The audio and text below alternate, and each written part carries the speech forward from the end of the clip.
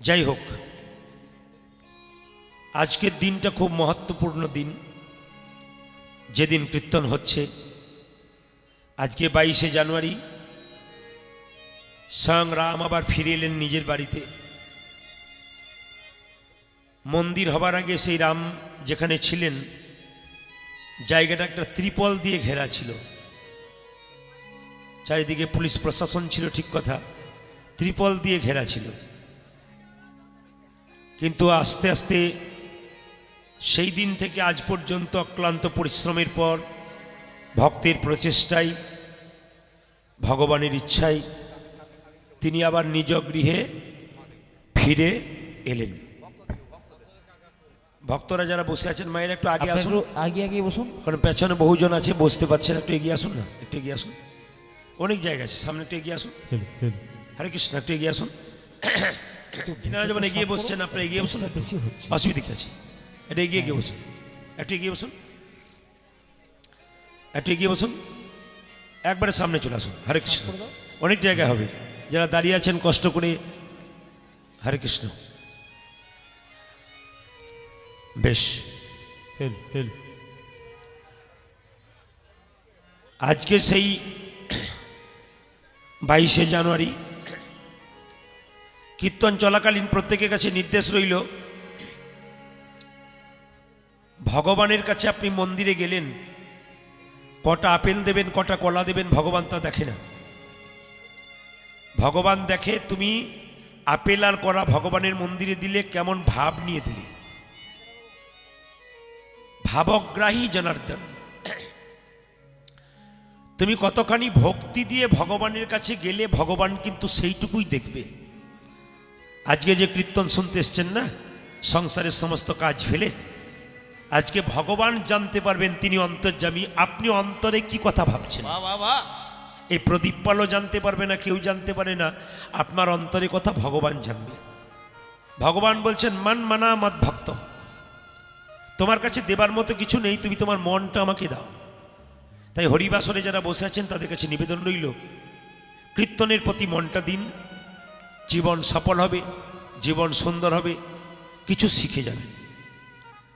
ইউটিউবের মাধ্যমে আপনারা অনেক শুনেছেন, তাও আজকে যিনি আসরটা করাচ্ছেন তিনি আমাকে একটু নিবেদন করেছেন আজকে 22শে জানুয়ারি রামচন্দ্র সম্পর্কে কিছু বলবেন।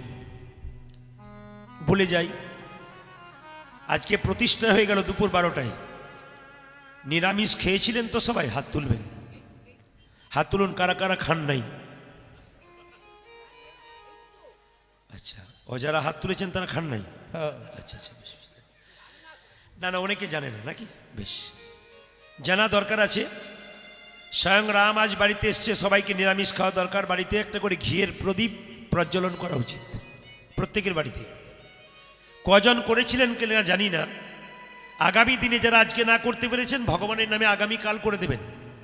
যদি আজকে কেউ না করতে পেরেছেন না, আগামীকাল আপনি দুপুরবেলায় প্রজ্বলন করবেন, ঘিয়ের প্রদীপ প্রজ্বলন করবেন বাড়িতে, লাভ আছে আপনার।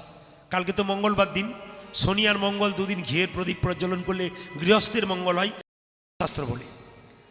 তাই যদি করতে পারেন কালকে আপনার লাভ আছে।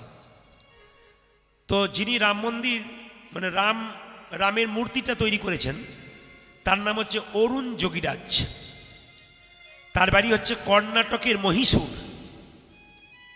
ইন্ডিয়া গেটে যে সুভাষচন্দ্রের মূর্তিটা আছে, ওই মূর্তিটা কিন্তু তৈরি করেছেন উনি, মানে অরুণ যোগীরাজ। আপনারা অনেকেই শুনেছেন ওখানে একটা ধূপকাঠি জ্বালানো হয়েছে 108 ফুট লম্বাতে, 300 কেজি গোবর লেগেছে, বাকি উপকরণ তো লেগেছে। সেটা জ্বলবে কতদিন? 45 দিন, 45 ডেজ। কতদিন ধরে জ্বলবে? হ্যাঁ, যিনি তৈরি করেছেন তার বাড়ি হচ্ছে রাজস্থান। তার নাম হচ্ছে গোপাল বিহলক ভাই। তিনি এই ধূপকাঠিটা তৈরি করেছেন ভগবানের জন্য। মানুষ ভগবানের জন্য কি করছে আমরা শুধু শুনছি, একটা ঘিয়ের প্রদীপ প্রজ্বলন করতে পারছি না, আর ওনারা কি করছেন একটু ভাবতে হবে। হিন্দু সনাতন ধর্মকে রক্ষা করতে গেলে সবার দায়িত্ব আছে। আপনি কি ভাবছেন যে ইটের উপরই ইট সাজালে দেওয়াল তৈরি হয়? না, ইট আর ইটের ফাঁকে মশলা না দিলে দেওয়াল তৈরি হয় না। ইট আর ইটের পরে ইট সাজালে ওতে পাঁজা তৈরি হয়, যে কোনো সময় পড়ে যেতে পারে। কিন্তু পাকাপাকি দেওয়াল তৈরি করতে গেলে ইট আর ইটের ফাঁকে মশলা দিতে হবে। ঠিক সেরকম ভক্ত আর ভক্তের মধ্যে যদি প্রেমের মশলা না থাকে, তবে কিন্তু হরি নামের ভিতটাও কিন্তু আমাদের শক্ত হবে না। প্রত্যেকটি ধর্মের মানুষকে, প্রত্যেকটি ধর্মীয় স্থানকে সম্মান দিয়ে আমি এই কথা বললাম। রাম মন্দিরে 46টি দরজা আছে, কোথাও কোথাও দেখতে পাচ্ছি 44টা লেখা রয়েছে। তো যাই হোক, তার মধ্যে মধ্যগর্ভের যে দরজা একবারে মানে মন্দিরের মাঝে, সেটা সোনা দিয়ে মোড়া। গোপালক বিহভাই যে ধূপকাঠিটা তৈরি করেছে, ওটা 1800 কিলোমিটার রাস্তা কেটে এসেছে প্রোটোকল মেনে, একটা রথের ওপরে সুসজ্জিত করে 1800 কিলোমিটার, 108টা ঘন্টা রাম মন্দিরে ঝুলছে, ওজন হচ্ছে 1200 কেজি। কর্ণাটকের কোন একজন ব্যক্তি ওটা তৈরি করেছেন। মানুষ কি করছে এগুলো অনুভব করতে, শুধু শুনে নেব বাড়ি চলে যাব তা বললে হবে না। খেলেন, ঘুমালেন, কর্ম করলেন, ও তো পশুরাও করে, তাহলে ওদের সঙ্গে আমাদের তফাৎটা কি রইল? এই জন্য ভগবান রামচন্দ্র এসেছেন, রামের সম্পর্কে একটু বলতে বলেছেন বলে আমি একটু বলে যাই। বলুন তো মায়েরা, রাজা দশরথের কতগুলো স্ত্রী ছিল? জোরে বলবেন আপনারা। 3টে। এই যে আপনারা 3টে জেনে আসছেন, শাস্ত্র বলছে 750 স্ত্রী ছিল, 3টে বাদ দিয়ে 750 রানী ছিল। 3 জন প্রধানা ছিল মহিষী, একজন কৌশল্যা, কৈকেয়ী আর সুমিত্রা। তাদের মধ্যে আপনারা সবচাইতে প্রিয় কাকে মনে করেন?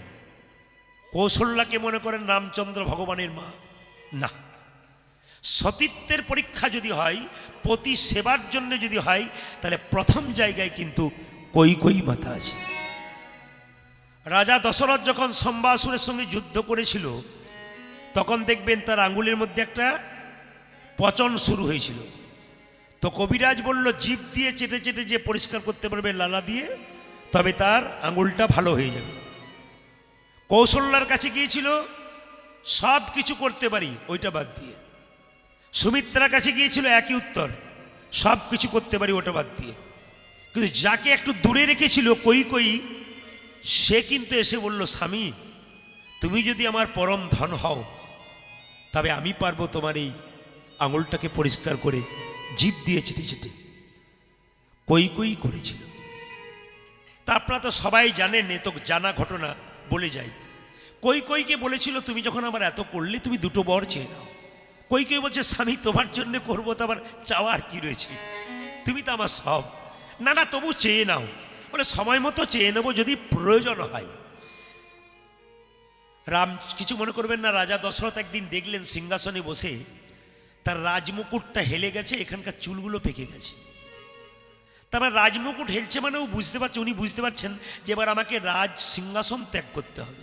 কিছু মনে করবেন না, সংসারের মালিক তো ভগবান, কি বলছেন?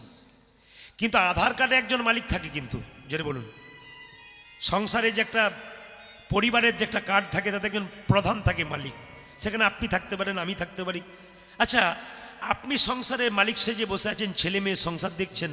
আচ্ছা বলুন তো, রাজা দশরথ যখন দেখলো আমার মুকুটটা হেলে গেছে, আমার চুলটা পেকে গেছে, মানে আমার প্রয়োজন ফুরাচ্ছে আর কি, আপনি কখন বুঝবেন যে আপনার মুকুটটা হেলে যাচ্ছে সংসারে?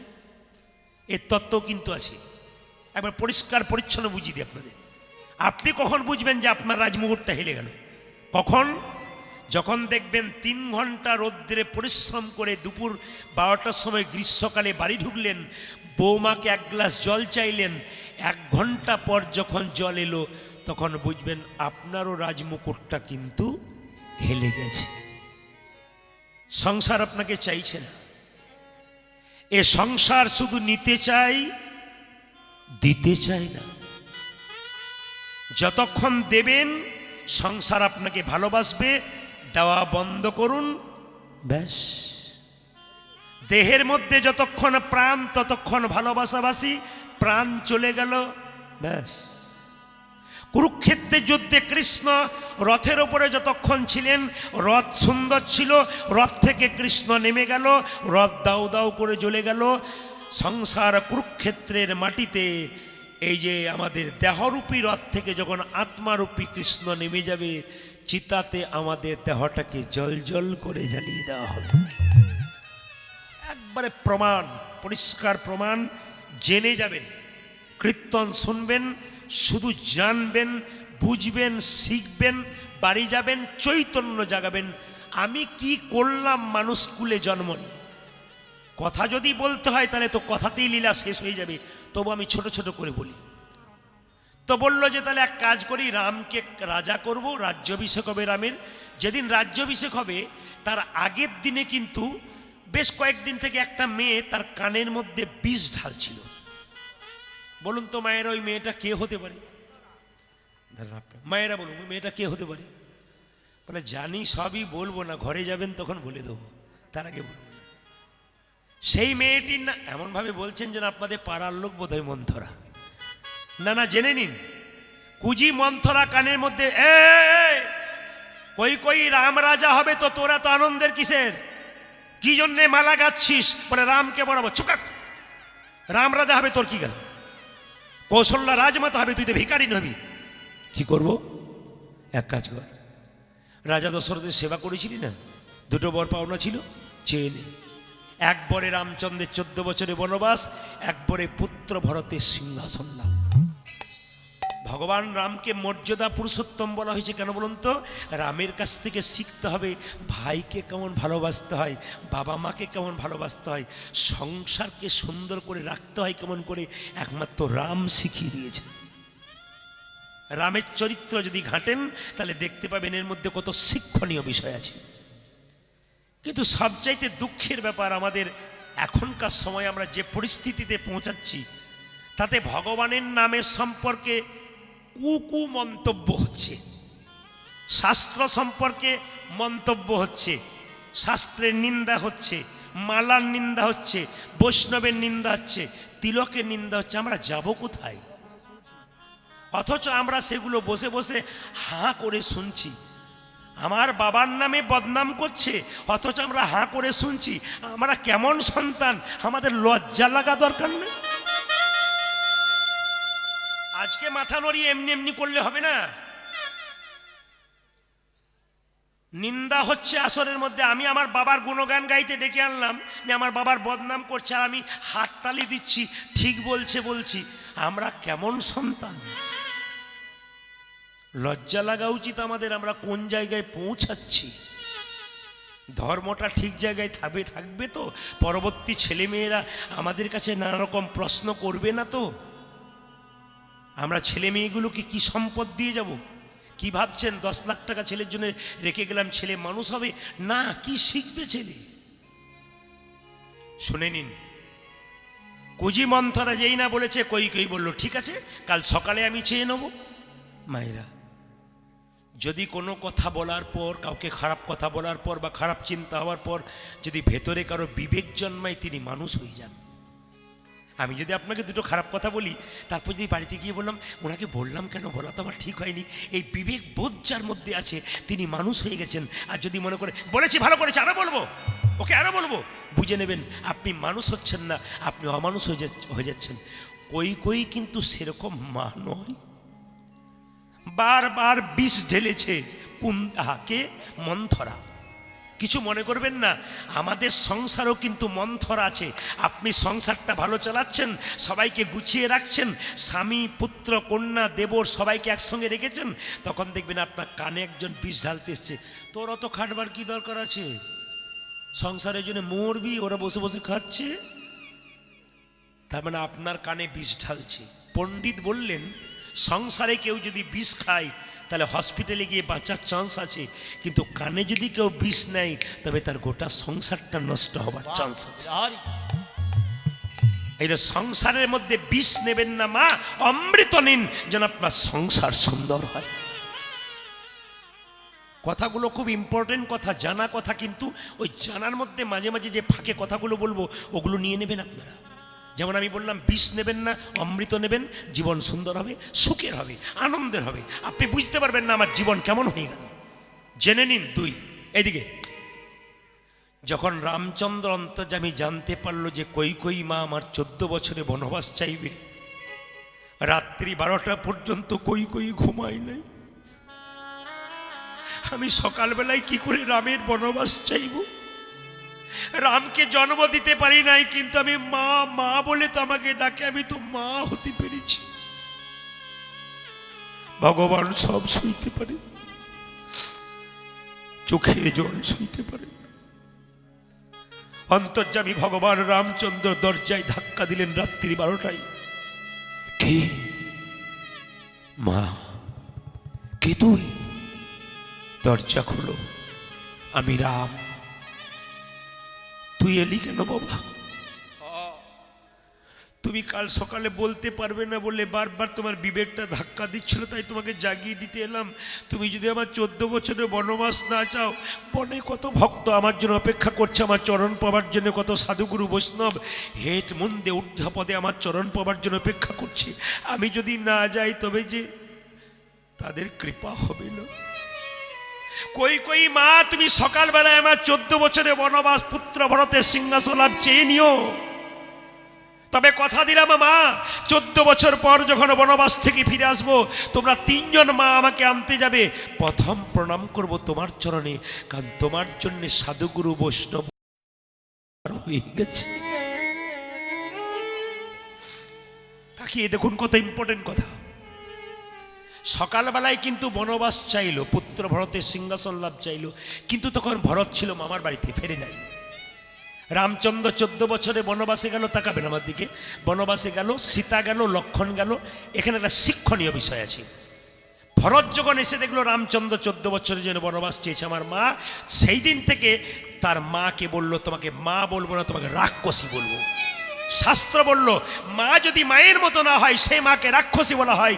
ভরত রাম মাকে 14 বছর মা বলে নাই, রাক্ষসী বলেছে। বাবা যদি বাবার মতো না হয় সেই বাবাকে ত্যাগ করা যায়। ভক্ত প্রহ্লাদ হিরণ্যকশিপুকে ত্যাগ করেছিল, শিখে নিন। ভরত ছুটে গিয়েছিল বনবাসে, দাদা তুমি ফিরে চলো, আমি রাজা হব না, দাদা থাকতে আমি রাজা হব না। বলছে 14 বছরের জন্য আমি এসেছি, আমি আগে কি করব? আমি আগে পূর্ণ হবে তবে যাব, নইলে কিন্তু যাব না। দাদা তুমি এক কাজ করো, বলে কি, তুমি যখন যাবে না জিদ ধরেছো, তোমার খরম যুগল দাও, ওই খরম যুগল সিংহাসনে রাখবো, আর আমি নিচে বসে বসে রাজ্য পরিচালনা করব। কি সুন্দর শিক্ষা দেখুন। এখন তো ভাই ভাইকে কি করে ঠকাতে পারে এরই কথা আমরা ভাবি, নাকি নাকি বলছেন? কিন্তু ভাই কি সুন্দর দাদাকে ভালোবাসে, আর দাদা ভাইকে কত ভালোবাসে, সেটা কিন্তু মর্যাদা পুরুষোত্তম রামচন্দ্র শিখিয়ে দিয়েছেন। তাকিয়ে দেখুন মায়েরা, রামচন্দ্র 14 বছর পর বনবাস থেকে আসছে। বিমাতা কই যেদিন থেকে রামচন্দ্রকে বনবাসে পাঠিয়েছে সেদিন থেকে কাঁদছিল। কেন? ওরে রাম, তুই যখন 14 বছর পর বনবাস থেকে আসবি, আমি এক হাতে নেব বিষের ভাণ্ড, এক হাতে নেব নবনীর ভাণ্ড।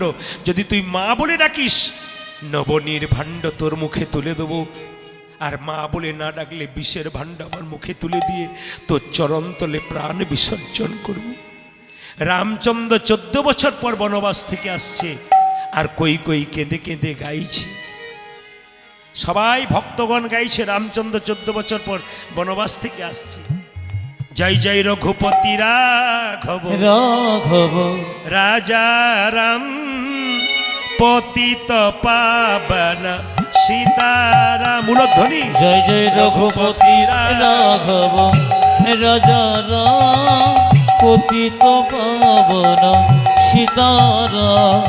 রঘুপতি রাঘব রাজা রাম, পতিত পাবন সীতারাম। জয় জয় রঘুপতি রাঘব রাজা রাম, পতিত পাবন সীতারাম। ঈশ্বরী আল্লাহ তেরো নাম, সবকো সম্মতি দে ভগবান। ঈশ্বরী আল্লাহ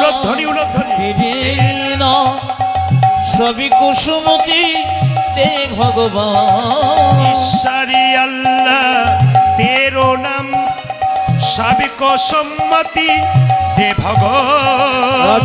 ঈশ্বরী আল্লাহ তেরো নাম, সবই কুসুমতি দে ভগবান।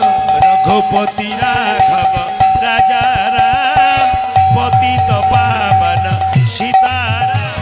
জয় রঘুপতি রাঘব রাজা রাম পতিত পাবন সীতারাম। ও জয় জয় রঘুপতি রাঘব রাজা রাম পতিত পাবন সীতারাম। বিমাতা কৈকেয়ীর কোন হাতে বিষের ভাণ্ড, কোন হাতে নবনীর ভাণ্ড ছিল, জোরে বলুন। ডান হাতে নবনীর ভাণ্ড, যদি মা বলে ডাকিস তোর মুখে তুলে দেবো, আর বাঁ হাতে বিষের ভাণ্ড, মা বলে না ডাকলে আমি আমার মুখে তুলে প্রাণ বিসর্জন দেবো। বিমাতা কৈকেয়ী যে না রামচন্দ্রের কাছাকাছি হয়েছে, কেঁদে কেঁদে বলছে একবার আমায় মা বলে ডাক, আমার নারী জনমে ধন্য হবে। ওরে রাম একবার আমায় মা মা বলে ডাক, নারী জন ধন্য হবে। একবার আমায় মা বলে ডাক, নারী জনমে ধন্য হবে। ও জয় জয় একবার আমায় মা বলে ডাক, নারী জনম ধন্য হবে। মামা বলে ডাক রে রাম। ওরে রাম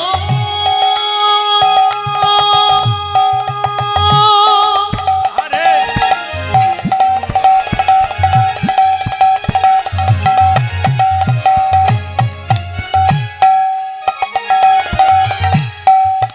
অমাপি গোপালি আমার মামা বলে ডাকিলে জন নারী জনমে ধন্য হবে। একবার আমায় মা বলে ডাক, নারী জনমে ধন্য ও হবে। জয় জয় একবার আমায় মা বলে ডাক, নারী জনম ধন্য হবে। অন্তর্যামী রামচন্দ্র ছুটে এসে জড়িয়ে ধরল কৈকেয়ী মাকে। এইদিকে কৈকেয়ী মা বিষের ভাণ্ড ফেলে দিয়ে নবনীর ভাণ্ড তুলে দিলেন রামচন্দ্রের মুখে। রামকে বললেন, রাম তুই যখন আমায় মা বলে ডাকলি, কথা দে আমার গর্ভে জন্ম নিয়ে আমার স্তনদুগ্ধ পান করে তুই আমার মনোবাসনা পূর্ণ করবি। রামচন্দ্র বলল, মা গো এ যুগে তার হবে না, আগামী পরে আমি হব কৃষ্ণ, তুমি হবে দৈবকী। কংসের কারাগারে কৃষ্ণ রূপে জন্ম নেব, তোমার গর্ভে জন্ম নেব, তোমার দুগ্ধ আমি পান করব না। বলে কেন? যেদিন আমি 14 বছরের জন্য বনবাসে যাচ্ছিলাম, কৌশল্যা মা এক বাটি দুধ আমার মুখে তুলে দিচ্ছিল, তুমি জোর করে দুধের বাটিটা মাটিতে ফেলে দিয়েছিলে। সেই দিন বুঝেছিলাম মা তুমি ভুল করলে, এখানে তুমি একটা ভুল করলে, অন্যায় করলে। যেহেতু তুমি আমার মুখের থেকে দুধের বাটি তুলে ফেলে দিয়েছিলে, কথা দিলাম মা তোমার গর্ভে জন্ম নেব, তোমার স্তনদুগ্ধ পান করব না। কৈকেয়ী কেঁদে বলল, রাম রে, বলে কি? যদি কোনো মায়ের বাচ্চা হয়, সেই বাচ্চা যদি মারা যায়, তার স্তনদুগ্ধ আপনা আপনি ঝরে পড়ে, কিংবা ছেলেকে কেউ কেড়ে নিয়ে চলে গেলে আপনা আপনি ঝরে পড়ে। তুই যে বললি দুগ্ধ পান করব না, এই দুগ্ধ যখন ঝরে পড়বে মাটিতে, এর অবস্থা কি হবে? রামচন্দ্র বলল, মা গো যে মাটিতে দুগ্ধ পড়বে সেই মাটি থেকে কলিযুগে চিঁড়ের মালসা তৈরি হবে। চিরে মালসা তৈরি হবে। দেখুন চিঁড়ের মালসার জন্মর কথা থেকে এলো, চিঁড়ের মালসা তৈরি হবে ওই মাটি থেকে। তবে তোমাকে কথা দিলাম মামা, এ যুগে হলো না, আমি কলিযুগে কি করব শোনো। বলে কি? কলিযুগে তুমি হবে সচিমাতা, আমি হব নিমাই, তোমার গর্ভে জন্ম নেব। তা আপনাদের কাছে নিবেদন হলো, কীর্তনের মধ্যে একটা একটা করে শিক্ষা আছে।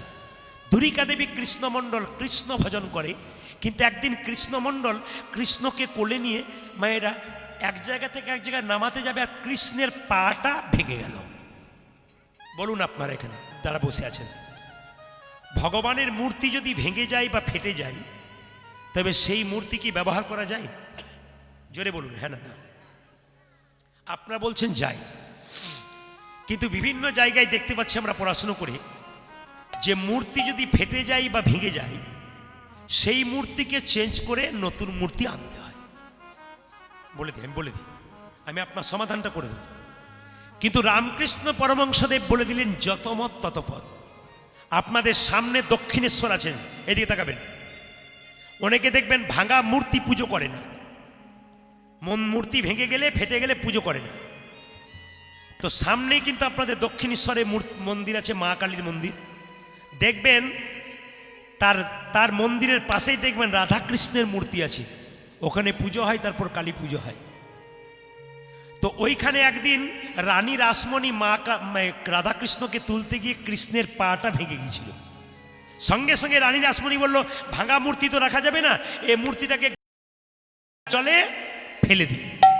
রামকৃষ্ণদেব রানী রাসমণিকে বলেছিল, মা তুমি যে কৃষ্ণকে গঙ্গা জলে ফেলতে যাচ্ছ, কৃষ্ণের পাটা ভেঙে গেছে বলে, তোমার 4টে ছেলে ধরো, একটা ছেলের পা ভেঙে গেল, তুমি কি গঙ্গা জলে ভাসিয়ে দিবি? রানী রাসমণি সেদিন থেকে বলল, না রে, ঠাকুর যা বলেছে খুব দামি কথা বলেছে। সেই ঠাকুরের কথা এখনো পর্যন্ত, ঠাকুর পাটা জুড়িয়ে দিয়েছিল কৃষ্ণের, আর সেই কৃষ্ণ পুজো এখনো পর্যন্ত দক্ষিণেশ্বরে হচ্ছে, আপনারা দেখে আসবেন। তো কৃষ্ণমণ্ডল আর দুরিকা দেবী বাড়িতে আছে, মা কৃষ্ণ ভজন করে, কিন্তু এত অভাব, একবেলা খেতে পায়, একবেলা খেতে পায় না। তো দুরিকা দেবী কৃষ্ণমণ্ডলকে প্রশ্ন করছে, স্বামী, বলে কি, যারা কৃষ্ণ নাম করে, হরিনাম করে, তাদের ঘরে চাল ফুটে জল ফরে কেন? তাদের ছেঁড়া জামা হয় কেন? তাদের ছেলে মেয়ের অসুখ হয় কেন? তারা ভিখারির মতো ঘুরে বেড়ায় কেন? কিন্তু যারা হরিনাম করে না, মস্তানি করে, লোক ঠকায়, লোকের কেড়ে নেয়, 2 নম্বরই করে, অন্যায় করে, ওদের কেন বুক ফুলিয়ে ঘুরে বেড়ায়, কিচ্ছু হয় না? খুব ভাইটাল প্রশ্ন। কিন্তু যারা এখানে বসে আছেন, কৃষ্ণ ভক্ত মানুষ যারা আছেন, দাদা ভাইরা যারা আছেন, চুপ করে শুনবেন মন দিয়ে।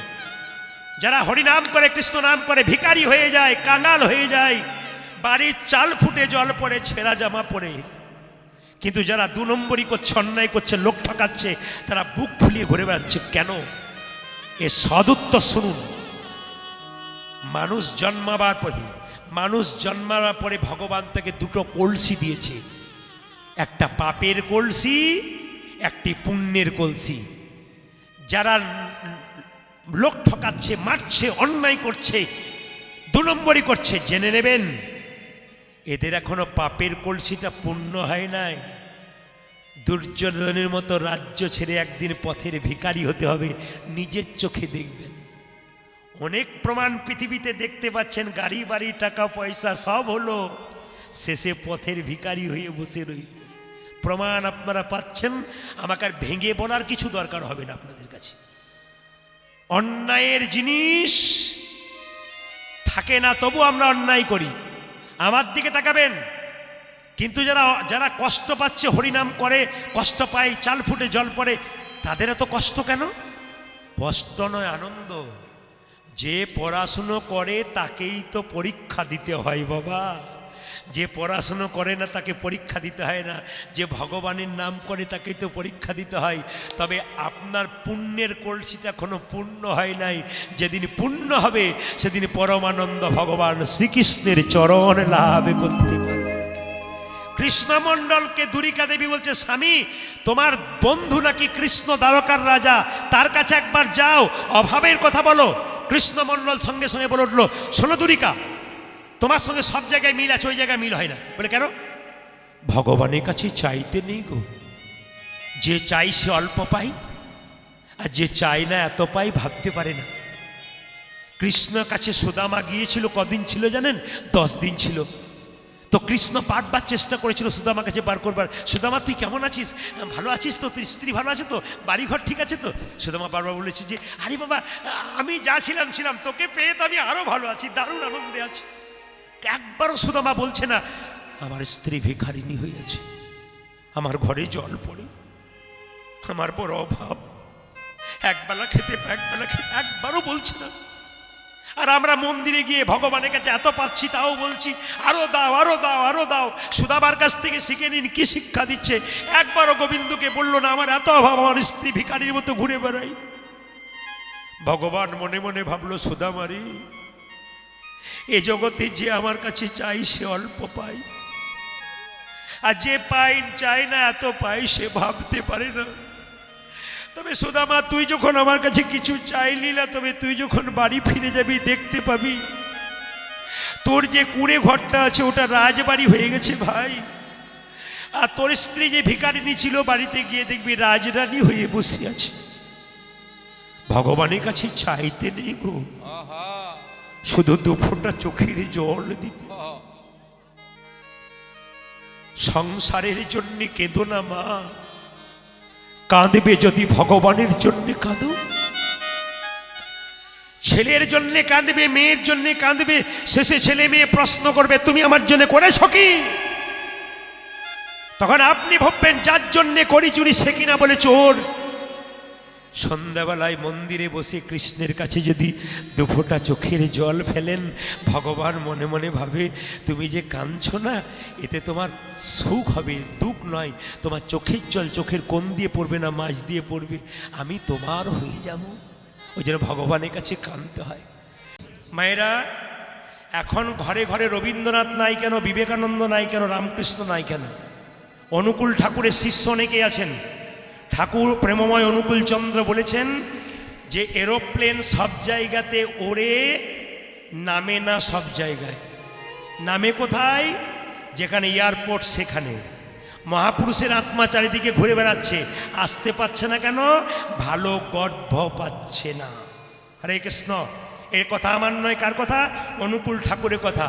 মায়েদের আচার বিচার যদি ভালো থাকে, মহাপুরুষের আত্মা এখানে ঢুকবেই, 100% গ্যারান্টি দিচ্ছে অনুকূল ঠাকুর।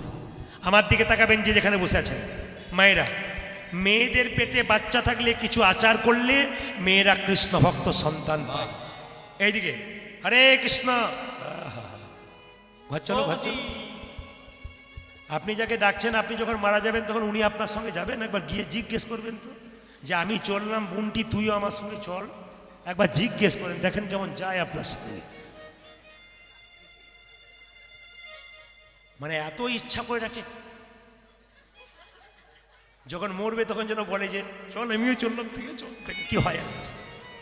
কেউ যাবে না বাবা, এই জায়গাটা ঠিক রাখতে হবে। কিন্তু কিছু মনে, আর কেউ কাউকে ডাকবে না।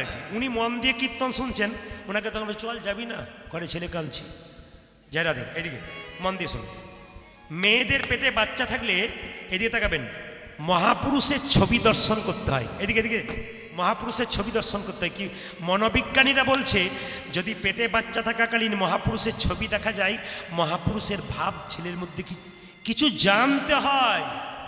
কীর্তনের আসরে এসে কিছু জানবেন, আপনার কাজ আছে। অনেকে প্রশ্ন করে, প্রদীপবাবু আমার শাশুড়ি মা বলেছেন কি, আমার শাশুড়ি মা বলেছেন পেটে বাচ্চা থাকলে গাছে জল দিবি না, তুলসী গাছে, মন্দিরে চাপবি না, একবারে চাপবি না। আচ্ছা কি করবো বলুন তো? আমি ওকে জিজ্ঞেস করি, তোমার পেটে বাচ্চা আছে, ডাক্তারের কাছে যাবে না পাড়ার লোকের কাছে যাবে? কোনটা যাবে? তোমার শাশুড়িকে জিজ্ঞেস করে কি খাবে কি না। তুলসী গাছে জলও দিতে হয়, একাদশীও করতে হয়, সবই করতে হয়, তিলকও করতে হয়। আচ্ছা মায়েরা, একজন প্রশ্ন করেছিল, রাধারানীর তিলক নেই কেন, কৃষ্ণের তিলক আছে? জোরে বলুন হ্যাঁ না না। প্রশ্ন কিন্তু খুব ভাইটাল। রাধারানীর তিলক নাই, ব্রজগোপীদের তিলক নাই, কৃষ্ণের তিলক আছে। তিলকের জন্ম কোথা থেকে? এই যে তিলক আমরা নিয়েছি, আপনার নাই নাই, কিন্তু তিলকের জন্ম। তিলক যদি কেউ নাই, সতী নারীর যেমন স্মৃতির সিঁদুর হাতের শাঁখা সতীত্বের পরিচয়, তিলক তুলসীমালা শিখা কৌপিন এগুলো একজন বৈষ্ণবের পরিচয়। খুব দামি কথাগুলো শুনবেন আপনারা। এই তিলকের জন্ম, তিলকটা কোনটা পড়েছি আমরা? এই যে তিলক নিয়েছি মায়েরা, 2টো দাগ দেখতে পাচ্ছেন? জোরে দেখুন আমার দিকে, 2টো দাগ দেখতে পাচ্ছেন? হ্যাঁ না না বলুন, যে ঘুমাচ্ছে সে বলুন। 2টো দাগ দেখতে পাচ্ছেন? ডান দিকে কে আছে? ব্রহ্মা। এখানে কে আছে? শিব। মাঝখানে ফাঁকা জায়গায় কে আছে? বিষ্ণু। 3টে জায়গায় 3টে। বলছে আমাদের 7টি চক্র আছে, তার মধ্যে আজ্ঞা চক্র এইখানে 2টো ভুরুর মাঝে। মেডিকেল সায়েন্স বলছে যে পিটুইটারি গ্ল্যান্ড বলে একটা গ্ল্যান্ড থাকে, এই গ্ল্যান্ডটা কিন্তু আমাদের ভুরুর মাঝখানে। খুব দামি ইম্পর্টেন্ট প্রশ্ন কিন্তু, ভুরুর মাঝখানে। ইউটিউবের মাধ্যমে দেখবেন অনেক কীর্তনীয় প্রশ্ন করছে, রাধারানীর তিলক নাই, তাহলে তিলক করে কী লাভ আছে, নাকি বলছেন? আমি আজকে বুঝিয়ে দিতে চাই আপনাদের, রাধারানীর তিলক কেন নাই, ব্রজগোপীদের তিলক কেন নাই, তিলকের জন্ম কোথা থেকে। এদিকে তাকাবেন, তিলকটা মায়েরা এদিকে আমার দিকে তাকাবেন। তাহলে এটা কি বললাম? এটা ব্রহ্মা, এটা শিব, মাঝখানে কে? জোরে বলুন, বিষ্ণু। আচ্ছা এবার লক্ষ্য করুন, এই যে তিলকের এই জায়গাটা দেখছেন, এটাকে কৃষ্ণের চরণ বলছে। আমার দিকে তাকান, কৃষ্ণের চরণ। তাহলে কৃষ্ণের চরণ পেলে তুলসী পাতা দিতে নেই? জোরে বলুন, তুলসী পাতা। তাহলে কৃষ্ণের চরণ যদি হয়, তাহলে এটাকে তুলসী পাতা দিলাম। এই তুলসী পাতাটা নাকে কতটা দিতে হয়? 4 ভাগের 3 ভাগ। নাকটা যতটা 4 ভাগ করলে 3 ভাগ অংশ তুলসী পাতা, মানে এই যে দিয়েছি আমি তুলসী পাতার মতো, এটা 3 ভাগ। যদি আপনারা কেউ তিলক করবো মনে করেন, লোকে আপনাকে ঠাট্টা করে, আপনি একটা জায়গায় তিলক করতে পারেন, জল তিলক। স্নান করলেন তো, জল তিলক এরকম করে নিলেন, নিয়ে এই আঙ্গুলে করে হরে কৃষ্ণ কৃষ্ণ কৃষ্ণ হরে হরে, হরে রাম রাম রাম। কেউ কিচ্ছু বলবে না, কিচ্ছু দেখতে পাবে না, কিন্তু আপনার তিলক হয়ে গেল। এই তিলকের জন্ম কোথা থেকে? যে তিলকটা কালো বা সাদা তিলক করছেন, এই তিলকের জন্ম কোথা থেকে একটু শুনবেন। বলছে কৃষ্ণের একবার মাথা ব্যথা হয়েছিল, সবাই জানেন, শুনেছেন নাকি? তো বলুন তো, ভগবানের মাথা ব্যথা হয়? যে বলুন, আসলে হয় না। তিনি লীলা প্রকাশ করবার জন্য, জগৎকে শিক্ষা দেবার জন্য তার মাথা ব্যথা হয়েছিল। তো মাথা ব্যথায় কাতরাচ্ছে, তখন নারদ জিজ্ঞেস করছে, প্রভু চালাকি করছো কেন? তোমার মাথা ব্যথা হয়েছে? বলে হ্যাঁ, মাথা ব্যথা হয়েছে। চিকিৎসা করবে কে? পৃথিবীর বড় চিকিৎসক তো তুমি, রোগের ওষুধ তো তুমি জানো, তোমার রোগ হয়েছে তুমি জানবে, পৃথিবীর কে জানবে? বলছে নারদ, কোনো ভক্ত যদি তার চরণের ধুলা আমার মাথায় দিতে পারে, আমার শিরপীরা মানে আমার মাথা ব্যথা ভালো হয়ে যেতে পারে। ও মায়েরা, কৃষ্ণের 16,108টা স্ত্রী আছে, সবার কাছে নারদ গেল, বারবার কাকুতি মিনতি করে বলল, একটু দাও ধুলা, একটু দাও ধুলা। কেউ দিল না কেন? বিশ্বব্রহ্মাণ্ডের যিনি মালিক, তাকে যদি মাথাতে আমরা ধুলো দিই, পায়ের ধুলা, তাহলে আমাদের তো নরকগামী হতে হবে। কেউ দিল না বাবা। কিন্তু বৃন্দাবনে গিয়ে ব্রজগোপীরা জিজ্ঞেস করছে, নারদ তোমার মন খারাপ কেন? বলে কৃষ্ণের মাথায় যন্ত্রণা। কি করলে কৃষ্ণের মাথার যন্ত্রণা ভালো হবে? বলে কোনো গোপী যদি বা কোনো ভক্ত যদি চরণে ধুলো দেয়, মাথার যন্ত্রণা ভালো হবে। কথা দিলাম, আমাদের চরণের ধুলোগুলো নাও। নারদের গলায় যে উন্নিটা ছিল নামাবলী, ওটা নিয়ে তাড়াতাড়ি কি করলো না, ব্রজগোপীরা এবং রাধারানী চরণে ধুলি দিল। সেই ধুলিটা যখন কৃষ্ণের কাছে নিয়ে গেল, সেই ধুলি কৃষ্ণ মাথায় মাখলো, আর কৃষ্ণের শিরপীরা দূরে গেল। সেদিন কৃষ্ণ বলে উঠল, ব্রজগোপী, এই যে তোমাদের চরণের ধুলা, তোমাদের চরণের ধুলো, এই চরণের ধুলা আমি মাথায় নিলাম, বাকি যে ধুলা আমি মাটিতে দিলাম। এই ধুলা তিলক রূপে প্রত্যেকটি ভক্তের কপালে যাবে। এর নাম হবে গোপী তিলক। রাধারানী তিলক নিতে পারে না কেন? নিজের চরণের ধুলি নিজের কপালে কেউ নিতে পারে না বলে ব্রজগোপী এবং রাধারানী তিলক করে না। শুনে নিলেন যুক্তির কথার কথা। মায়েরা, গুরুদেব এসছে কার কাছে? পেটে বাচ্চা আছে, আর দ্বারিকা দেবীর কাছে গুরুদেব এসেছে, আর বলছে শোন মা, বলে কি, 3টে ঋণ আছে মানুষের জীবনে, একটা দেব ঋণ, একটা পিতৃমাতৃ ঋণ, আর একটা ঋষি ঋণ। মায়েরা, দেবতাদের ঋণ শোধ করবেন কি করে? দেবতাদের নামে হোম যজ্ঞ করে আপনি ঋণ শোধ করবেন। আর পিতৃঋণ শোধ করবেন কেন? যার যেমন ক্ষমতা অনুযায়ী বাবা মায়ের শ্রাদ্ধ পালন করবেন মারা গেলে। আর ঋষি ঋণ শোধ করবেন কি করে? না তীর্থস্থানে যখন যাবেন, ওখানে গিয়ে কি করবেন মায়েরা? না তীর্থে সাধুগুরু বৈষ্ণবকে সেবার জন্য কিছু দেবেন। ভিখারি যারা বসে আছে, আপনার সামর্থ্য অনুযায়ী কিছু দেবেন, আপনার ঋষি ঋণ কিন্তু শোধ হয়ে যাবে। আজকের এই মহতি হরিবাসরে যারা কৃষ্ণ কথা রসকথা আস্বাদন করার জন্য এসেছেন, তাদের চরণে কীর্তনিয়া প্রদীপ পাল এবং সম্প্রদায়ের কোটি কোটি দণ্ডবত প্রণাম রইল। অভিনন্দন জানালাম কীর্তন যিনি করাচ্ছেন, ঈশ্বরের কাছে প্রার্থনা করে গেলাম এই হরিবাসর যেন দিনের পর দিন আরও সুন্দর থেকে সুন্দরতর হয়। আপনাদের ভক্তদের পদধূলিতে এই স্থানটি নবদ্বীপ তথা বৃন্দাবনে পরিণত হয়। এবং আরেকটি প্রার্থনা করে গেলাম, আপনাদের বাড়ি বাড়ি যেন একটা করে কৃষ্ণ ভক্ত সন্তান হয়। কীর্তন চলাকালীন আপনারা মোবাইল ব্যবহার করবেন খুব ধীরে ধীরে। পাশের যিনি বসে আছেন তার যেন কোনো অসুবিধে না হয়। যেদিন নদিয়ায় গৌরাঙ্গ হব, যেদিন নদিয়ায় গৌরাঙ্গ হব, নদিয়ায় গৌরাঙ্গ হব, যেদিন নদিয়ায় গৌরাঙ্গ হব, আচরি ধর্ম শিখাইব, নদিয়ায় গৌরাঙ্গ হব, আমি আচরি ধর্ম শিখাইব, নদিয়ায় গৌরাঙ্গ হব, আচরি ধর্ম শিখাইব, নদিয়ায় গৌরাঙ্গ হব, পূজা যে আচরি ধর্ম শিখাইব, নদিয়ায় গৌরাঙ্গ হব, ওজা যে আচরি ধর্ম শিখাইব যদি নদী আই গৌরাঙ্গ হব আজ আচরি ধর্ম শিখাইব নদী আই গৌরাঙ্গ হব আচরি ধর্ম শিখাইব যেদিন নদী আই গৌরাঙ্গ হব আজকে মহাপ্রভু জন্ম নিলেন, জন্ম নেবার পর তিনি যখন আস্তে আস্তে বড় হলেন, তিনি কি করলেন? প্রত্যেকটা জীবের দ্বারে হরিনাম দিলেন। নিতাই চাঁদকে ডেকে বললেন, দাদা তুমি যাকে দেখবে তাকে হরিনাম দেবে। কিভাবে? নয়নে দেখিবে যারি কৃষ্ণ নামে দেবে, দাদা নয়নে দেখিবে জারি কৃষ্ণ নামে দেবে তারি নয়নে দেখিবে যারি কৃষ্ণ নামে দেবে। পূজা যে নয়নে দেখিবে জানে কৃষ্ণ নামে দেবে তারে সাবধান, যেন জাতির বিচার করো না দাদা, যেন জাতির বিচার করো না দাদা জাতির বিচার করো না যেন দাদা, যাত্রী বিচার করো না দাদা যারে দেখিবে নামে দেবে জাতির বিচার করো না দাদা। দাদা জারি দেখিবে নামে দেবে জাতির বিচার করো না তবে দাদা আজকে আমি খুশি দুটো কারণে। রাম জন্মভূমি আজকে মানে উদ্ধার হলো, রাম এলেন। আর দ্বিতীয় কারণ কি বলুন তো? প্রতিটি আসরে 12-14 হাজার লোক হয়, আজ একটু বেশ ছোট আসর, মজা লাগছে আর কি। প্রচুর লোক হয় তো খুব চিৎকার করতে হয়, আর আজকে আপনারা বেশ সামান্যর মধ্যে আছেন, বেশ ভালো লাগছে আর কি। যত কম হবে তত ভালো, কম আমি পাই না, সবসময় বেশি পাই। ভগবান রাম কৃপা করে আজকে দিয়েছে, বেশ ভালো দিয়েছে, এবং যতগুলো দিয়েছে পাকা দিয়েছে। নয়নে দেখিবে জারি কৃষ্ণ নামে দেবে দাদা নয়নে দেখিবে জারি কৃষ্ণ নামে দেবে তারি ড্যান্স সাঙ্গামা হলে এখানে মাঝে বাঁশের বেড়া দিতে হবে, একদিকে নারী একদিকে পুরুষ। আর দেখবে এখানে কেউ যদি জায়গা না পায়, টেনে টেনে একজন জায়গা করে নেয়। কিন্তু ড্যান্স সাঙ্গামা হলে জায়গা না পেলে দেখবেন কি করে বলুন তো, আরেকজনকে কিরকম ঠেলে সরানো যায় তার ব্যবস্থা করে। এটা হচ্ছে কেন? মহাপ্রভুর কৃপা। কেন? এখানে কামের ব্যাপার নাই, প্রেমের ব্যাপার আছে।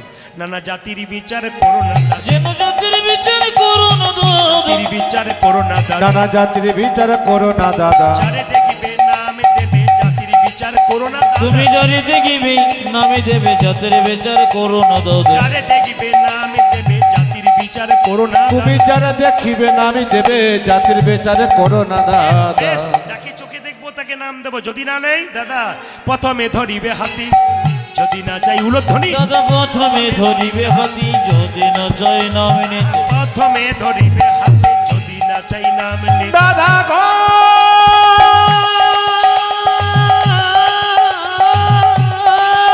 কি বল?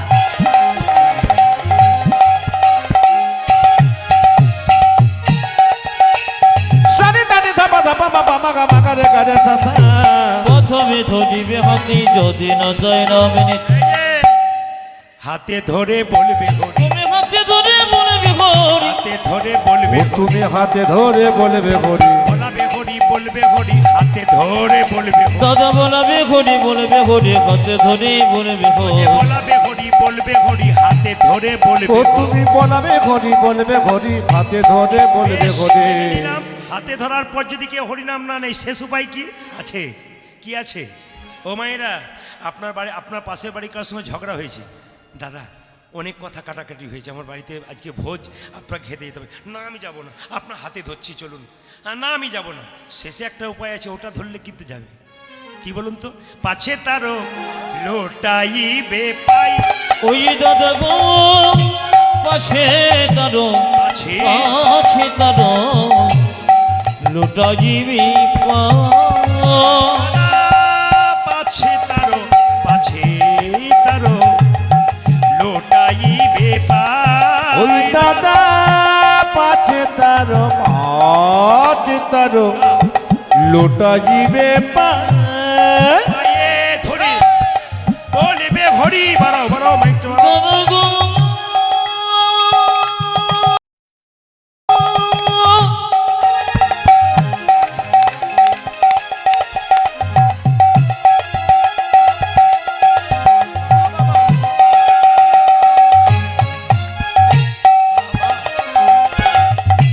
ওগো দাদা তুমি বাজে ধরে বলিবে হরি বলাবে হরি, বলবে হরি, পায়ে ধরে বলবে হরি। ও তুমি বলাবে ঘড়ি বলিবে ঘড়ি বাজে ধরে তাই ও বলিবে হরি তুমি বলাবে ঘড়ি বলিবে ঘড়ি দাদা বাজে ধরে বলিবে ও হরি তুমি বলাবে ঘড়ি বলিবে ঘড়ি দাদা বাজে ধরে বলিবে ও দাদা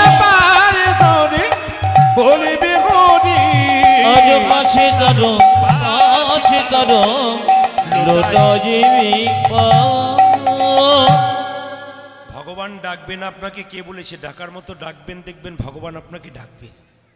আগেকার যুগের মায়েদের 3টে 4টা করে বাচ্চা হতো, একটা 2 বছরে, একটা 4 বছরে, একটা 6 বছরে একটা বাচ্চা করলে ছেলেগুলো খুব কান্নাকাটি করতো, মা রান্না বান্না করতে পারতো না, কাজ করতে পারতো না।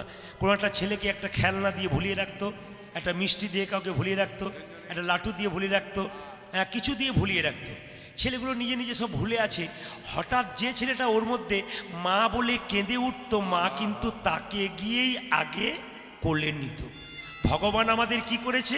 কাউকে সুন্দর স্ত্রী দিয়ে ভুলিয়েছে, কাউকে গাড়ি দিয়ে ভুলিয়েছে, কাউকে বাড়ি দিয়ে ভুলিয়েছে, কাউকে টাকা দিয়ে ভুলিয়েছে। এর মধ্যে থেকে যে একবার হাকিস্ত প্রাণ গোবিন্দ বলে কাঁদতে পেরেছে, ভগবান তাকে। আসল জায়গা তো আমাদের নয়, ওই জায়গার কথাই তো আপনাকে ভাবতে হবে। একটু ভেবে দেখুন, আগেকার গরিবের মেয়েরা বড়লোকের বাড়িতে কাজ করতে যেত, নিজের 3 বছরের বাচ্চাটা বলতো, মা তুমি কোথায় যাবে? বলে বড়লোকের বাড়িতে কাজ করতে। কেন যাবে? তোর পেটের জন্যে বাবা, তুই যাতে পেট ভরে খেতে পারিস, ভালোভাবে জীবনযাপন করতে পারিস। নিজের 3 বছর ছেলেটাকে ধুলোতে নামিয়ে দিয়ে বলতো, 3টের সময় আমি আসবো, খাবার নিয়ে তুই খাবি, আমি বড়লোকের বাড়ি চললাম। বড়লোকের বাড়িতে গিয়ে ওই নিজের 3 বছরের ছেলের মতো ওদের বাড়িতে একটা ছেলে আছে, ওই ছেলেটাকে কোলে করে নাচায়, খেলা করায়, স্নান করিয়ে দেয়, তেল মাখিয়ে দেয়, সাবান মাখিয়ে দেয়, নিজের হাতে খাইয়ে দেয় ওই কাজের মেয়েটা। বলুন তো মা, যতই কাজের মেয়েটা ওই বড়লোকের বাড়ির ছেলেটাকে স্নান করা, খাওয়া, তেল মাখা, মনটা কিন্তু তার ওই ধুলোতে পড়া ছেলেটার দিকেই থেকে যায়। আপনি গাড়ি বাড়ি টাকা পয়সা নিয়ে যতই ভুলে থাকুন না কেন, মন যদি আপনার ওখানে থাকে তাহলে আপনার কাজ হয়ে যাবে। রামকৃষ্ণ দেব বলেছেন, মন হচ্ছে মাছির মতো। মাছি কখনো নর্দমাতে বসে, আবার মাছি কখনো মিষ্টির দোকানে বসে। ওরে মন মাছি, বসাবি তো নর্দমাতে, আন কথা কুকথায় বসাবি কেন? বসাবি তো বসা ভগবানের নামের মিষ্টিতে বসা। যতই মনটাকে ভগবানের নামের মিষ্টিতে বসাবেন তত লাভ আছে। আপনারা কি ভাবছেন কীর্তন শুনলে কি হয়? লাভ হয়, আপনার লাভ নয়, নিজের ছেলে মেয়ে সংসারের লাভ হয়। আমাদেরকে ও দিদি ভাই, আমাদেরকে অনেকে বলে, অনেক বাজারে বড় বড় বাজারে গান হয়, তো বাজার বন্ধ থাকে না, তো অনেকে বলা বলি করে কমিটিকে, দাদা এই রবিবার দিন গান হলে আমরা যেতাম। বলে কেন? একদিকে অফিসের ছুটি আছে, একদিকে আমাদের বাজার বন্ধ, সেদিন দেখতেন আরও ভিড় হতো, যা হয়েছে তার ডবল হয়ে যেত, আমরা যেতে পারতাম। আজকে পারলাম না, কারণ রবিবার দিন হলে পারবো, বাকি দিন পারবো না। আচ্ছা বলুন তোমা, লোকটা যে বলছে আমি রবিবার দিন যেতে পারতাম, বাকি দিন পারতাম না, সে যদি বুধবার দিন বিপদে পড়ে, নি ভগবানকে ডাকে, হে গোবিন্দ দেখা দাও, তখন ভগবান যদি বলে, তোর তো বুধবার দিন, তোর তো রবিবার দিন বটে, বুধবার দিন নয়, আমি আজকে যাব কেন? ভগবানকে ডাকার আবার সময় আছে নাকি? মহাপ্রভু নিজের মুখে বলেছেন, খাইতে শুইতে যথা তথা সব জায়গায় ভগবানকে ডাকা যায়। মায়েরা, এই জন্য প্রত্যেকের কাছে নিবেদন রইল, গুরুকরণ করতে হবে। গুরু হচ্ছে 2 প্রকার, একটা দীক্ষা, একটা শিক্ষা। দীক্ষা গুরু নিলে কি, দীক্ষা মন্ত্র নিলে কি হবে? কৃষ্ণকে জানা হবে। আর শিক্ষা নিলে কি হবে? রাধাকে জানা হবে। এই জন্য যারা দীক্ষা নিয়েছেন তারা কৃষ্ণ জানছেন। দেহতত্ত্বের ব্যাপার যদি জানতে হয়, রাধাকে জানতে হয়, রাধাতত্ত্ব জানতে হয়, তবে আপনাকে শিক্ষা নিতে হবে। যদি পারেন না, তাহলে কোনো শিক্ষাগুরু যদি পাকা এদিকে থাকে, তার কাছ থেকে শিক্ষা নেবেন, দেখবেন জীবন আপনার ধন্য হয়ে যাবে। তাই আপনাদেরকে বারবার বলে রাখি, যে যেখানে বসে আছেন মায়েরা, যখন আপনার গুরুমন্ত্র জপ করবেন, জপ করার পর যে ভাবছেন আপনি ফল পেয়ে গেলেন, তা নয়। যে আসনের উপরে আপনি গুরুমন্ত্র জপ করবেন, সেটা যদি কম্বলের আসন হয় সবচাইতে ভালো হয়, নইলে কুশ আসন হবে কিংবা অন্য আসন হবে, কম্বলের আসন হলে ভালো হয়।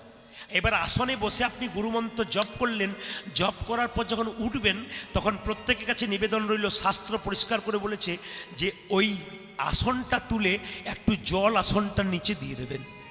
সেই আসনের নিচে যে জলটা, ওটা চোখে একটু নিয়ে নেবেন, নিয়ে বলবেন, ওং সক্রায়হা নমঃ, ওং সক্রায়হা নমঃ। ইউটিউবের মাধ্যমে বলে দিলাম, এটা গানটা আপনারা শুনতে পাবেন, তখন জানবেন ওং সক্রায়হা নমঃ। এবার বলে, মেয়েরা তো ওং বলতে পারে না, তাহলে মেয়েরা কি বলবে? শ্রী সক্রায়হা নমঃ। বাবারা কি বলবেন? ওং সক্রাহ নমো। কেন না আপনি যে মন্ত্রটা ভজন করলেন ওটা ইন্দ্রদেব চুরি করে নিয়ে চলে যেতে পারে, ওই জন্য আপনাকে মন্ত্র ভজনকালে ওই যে আসনটার উপরে বসবেন আসনটা তোলার পরে একটু জল দিয়ে দিতে হয়, সেই জলটা চোখের মধ্যে নিয়ে নিতে হয়। আপনারা কীর্তন কেন শুনবেন একটা ছোট্ট প্রমাণ আপনাদের দিদি। আচ্ছা বলুন তো, বাচ্চা যখন জন্ম নেয় তখন কি খায়? আপনার কি হরলিক্স, ল্যাকটোজেন, ন্যাস্টোজেন এনেছেন কোনো দিন বাচ্চা জন্মের পরে? বাচ্চা কি খাবে তিনি আমরা ভাবি নাই, তিনি ভেবেছেন কে? ভগবান। মায়ের স্তনদুগ্ধে এমন মধুভাণ্ড দিয়েছে পৃথিবীর কোথাও নাই। মায়ের দুধটা খুব গরম নয় যাতে বাচ্চার জিভ পুড়ে যাবে, মায়ের দুধটা খুব ঠান্ডা নয় যাতে বাচ্চার সর্দি লেগে যাবে, মায়ের দুধটা খুব টক নয় যাতে বাচ্চার অম্ল হয়ে যাবে, মায়ের দুধটা খুব মিষ্টি নয় যাতে সুগার হয়ে যাবে। তিনি নদীতে জল দিলেন, গাছে ফল দিলেন, তিনি আমাদের জন্য এত কিছু দিলেন, আমরা তার জন্য কি দিলাম বিচার থাকতে হবে আপনার, তবে আপনি ভক্ত হতে পারবেন। রবীন্দ্রনাথ ঠাকুর বলেছেন মানুষ তো সবার ঘরে জন্ম নেয়, মনুষ্যত্ব কটা ঘরে জন্ম হয়। যার ঘরে মনুষ্যত্ব জন্ম হয়েছে তিনি গোবিন্দের প্রতি মন দিতে পেরেছেন। মানুষ হলে সবসময় ভগবানের প্রতি মন দেওয়া যায় না, মনুষ্যত্ব জাগাতে হবে। মায়েরা, করোনার সময় অক্সিজেন সিলিন্ডারের কত দাম ছিল, এখন যদি আপনি অক্সিজেনটা নিচ্ছেন ফ্রি, গোবিন্দ দিচ্ছে, এই নাকে মিটার বসিয়ে দিলে আপনি শোধ করতে পারবেন টাকাটা। দিনের বেলায় লাইট বন্ধ, একটা লাইট ভগবান দিয়ে দিয়েছে আকাশে, যদি আপনি সেই লাইটের বিলটা দিতে পারবেন? কেউ দিতে পারবেন? তাহলে তিনি আমাদের জন্য এত কিছু করলেন, আমরা তার জন্য। এর মধ্যে আবার আমাদের কত অহংকার, কি বলুন তো, আমি করি।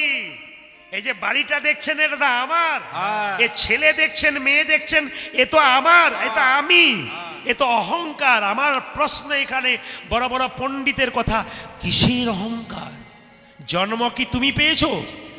জন্ম তোমাকে একজন দিয়েছে, সে হচ্ছে মা। তুমি যে জন্ম নিয়েছো তোমার নামটা তুমি রেখেছো, একজন তোমার নাম রেখেছে। তুমি যে পড়াশোনা করেছো নিজে করেছো, একজন পড়িয়েছো, তুমি পড়েছো। তুমি চাকরি পেয়েছো, একজন চাকরি দিয়েছে, তুমি চাকরি পেয়েছো। তুমি যেদিন শ্মশান ঘাটে যাবে সেদিন কি নিজে যেতে পারবে? সেদিনও অন্যজন নিয়ে যাবে। সব যদি অন্যের হয় তবে তোমার বলতে কি রইল? কিসের অহংকার করছেন?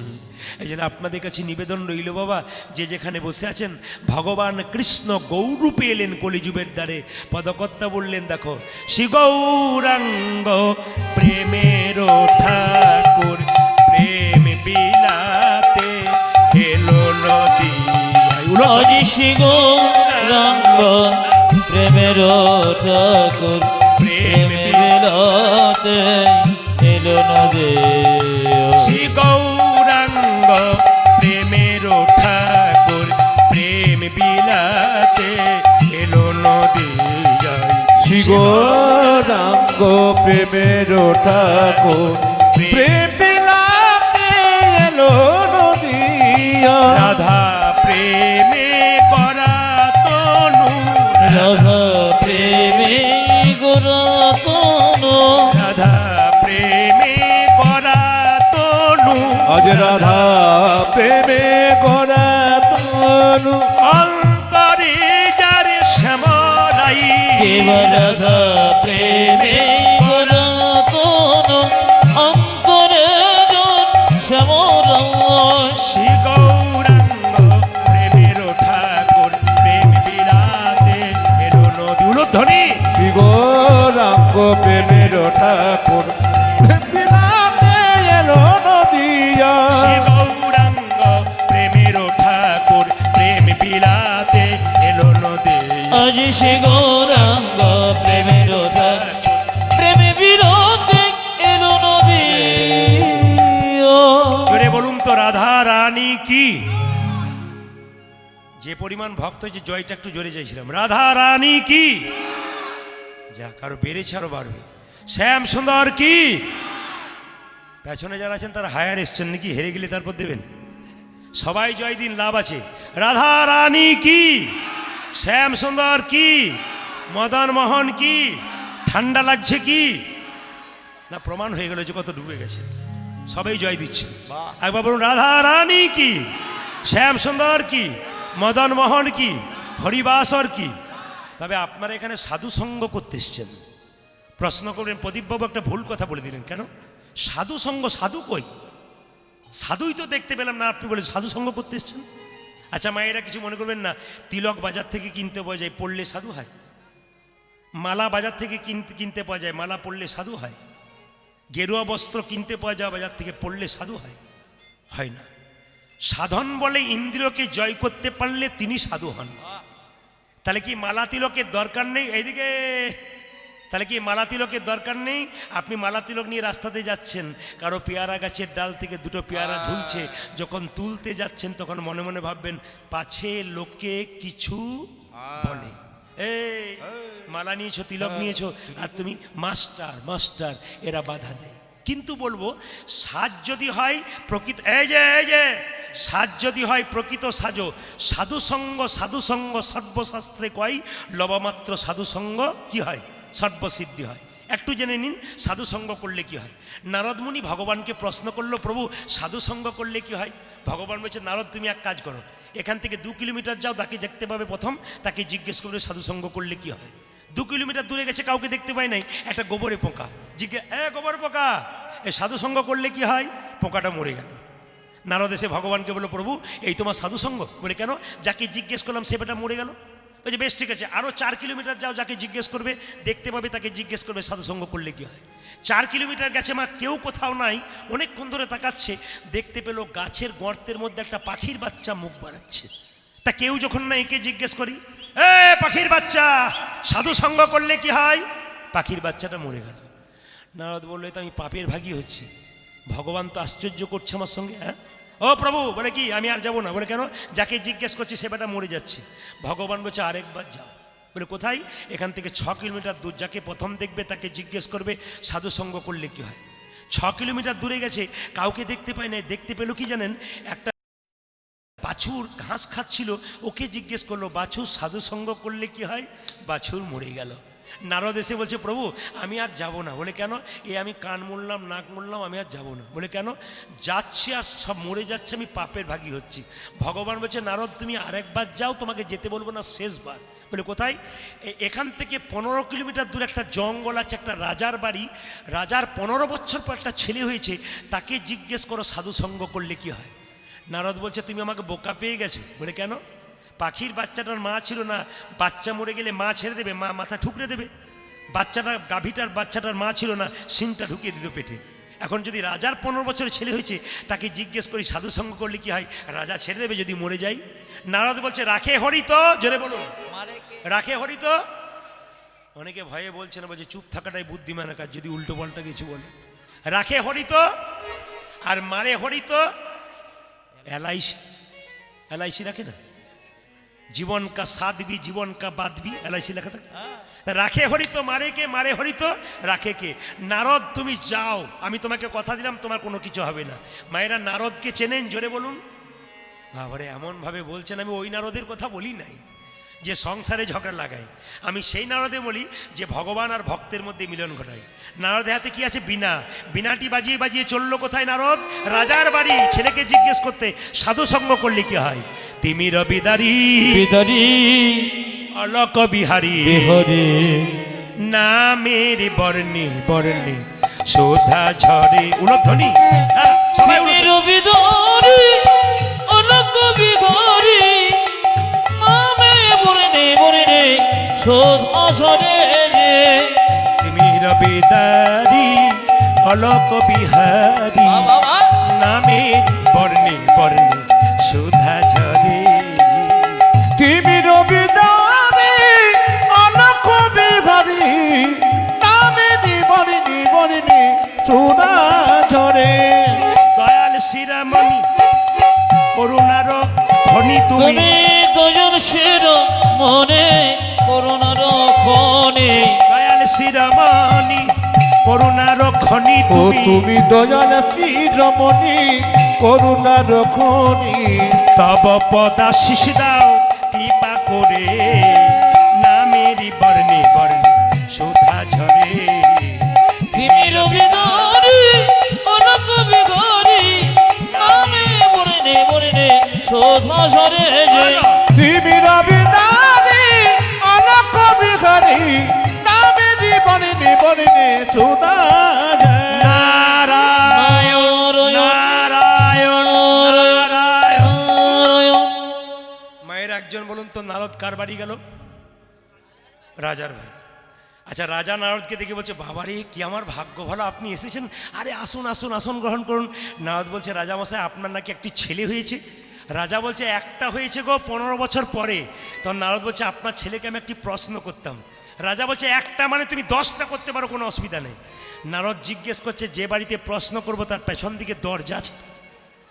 কিছু বুঝলেন? হ্যাঁ, যে বাড়িতে প্রশ্ন করবো তার পেছন দিকে দরজা আছে। রাজা বলছে 4টে দরজা আছে। নারদ ভাবছে তাহলে বাঁচারও উপায় আছে। এখন নারদ কি করেছে মায়েরা, ছেলেটি শুয়ে আছে আর নারদ এক পা ভেতরে এক পা বাইরে। এই যে খোকা, সাধু সঙ্গ করলে কি দাঁড়া। যেই না বাচ্চাটি দাঁড়াও বলেছে, নারদ চমকে উঠেছে, বেটা ভূত হয়ে বলছে না মরে গেল। ছেলে বলছে, দাঁড়াও, সাধু সঙ্গ করলে কি হয়? প্রথমে ছিলাম একটি গোবরে পোকা, তোমার মতো সাধু সঙ্গ করে হলাম আমি পাখির বাচ্চা। পাখির বাচ্চা মানে পোকা থেকে পাখি, মানে বুঝতে পারছো জন্মটা উন্নতি হচ্ছে না নিচে যাচ্ছে? জোরে বলুন, উন্নতি হচ্ছে, সাধু সঙ্গের ফল। তারপর তোমার মতো সাধু সঙ্গ করে পাখির বাচ্চা থেকে হলাম গাভীর বাচ্চা। পাখির বাচ্চা হতে হলাম গাভীর বাচ্চা। তারপর তোমার মতো সাধু সঙ্গ করে পাখির গাভীর বাচ্চা থেকে হলাম রাজার ঘরের বাচ্চা। রাজার ঘরে বাচ্চা। এরা যারা সাধু সঙ্গ করছেন, হরিনাম শুনছেন, তারা যেমন তেমন ঘরের সন্তান নয়, ভগবান শ্রীকৃষ্ণের ঘরের সন্তান হয়ে গেছে। যিনি পৃথিবীর রাজা ভগবান কৃষ্ণ, তার সন্তান হয়ে গেছেন। আজকে আসুন, মহাজন বলেছেন, 10এ 5 সবে মিলে দাঁড়িতে বসিয়া কীর্তন করহ সবে হাতে তালি দিয়া। এটা কিন্তু মহাপ্রভুর কথা। তাই সবার কাছে নিবেদন করব, হিন্দু জাতি যারা আছেন, জাতিতে হিন্দু, চাদরের ভেতরে হাত রাখবেন না। আজ একটু হাতগুলো তুলে সবাই মিলে কীর্তন করুন। যদি তুলতে না পারেন তাহলে এমনিও করবেন, হ্যাঁ।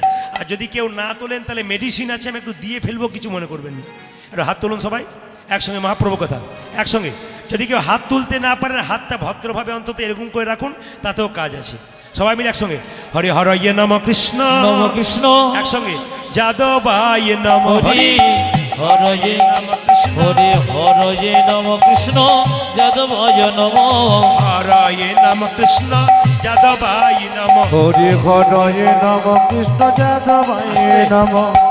আমরা সব চাইতে এখানে এসে কাকে ভালোবাসি বলুন তো? চটিগুলোকে বেশি ভালোবাসি। যতই বলেন না কেন, চটি কিন্তু নিচে যাবে না, হরিবাসে চটিগুলোকে খুব ভালোবাসে। তো কালকে এক জায়গায় পড়ছিলাম, ফেসবুকে খুব ভালো কথা বলছিল যে চটি যদি আপনার হারাবার ভয় থাকে তাহলে একটা কাজ করবেন, যদি বিয়ে বাড়িতে যান, প্রচুর চটি আপনার জায়গা নাই রাখবার, তাহলে আপনি কি করবেন? ব্যাগেও ভরতে পারবেন না।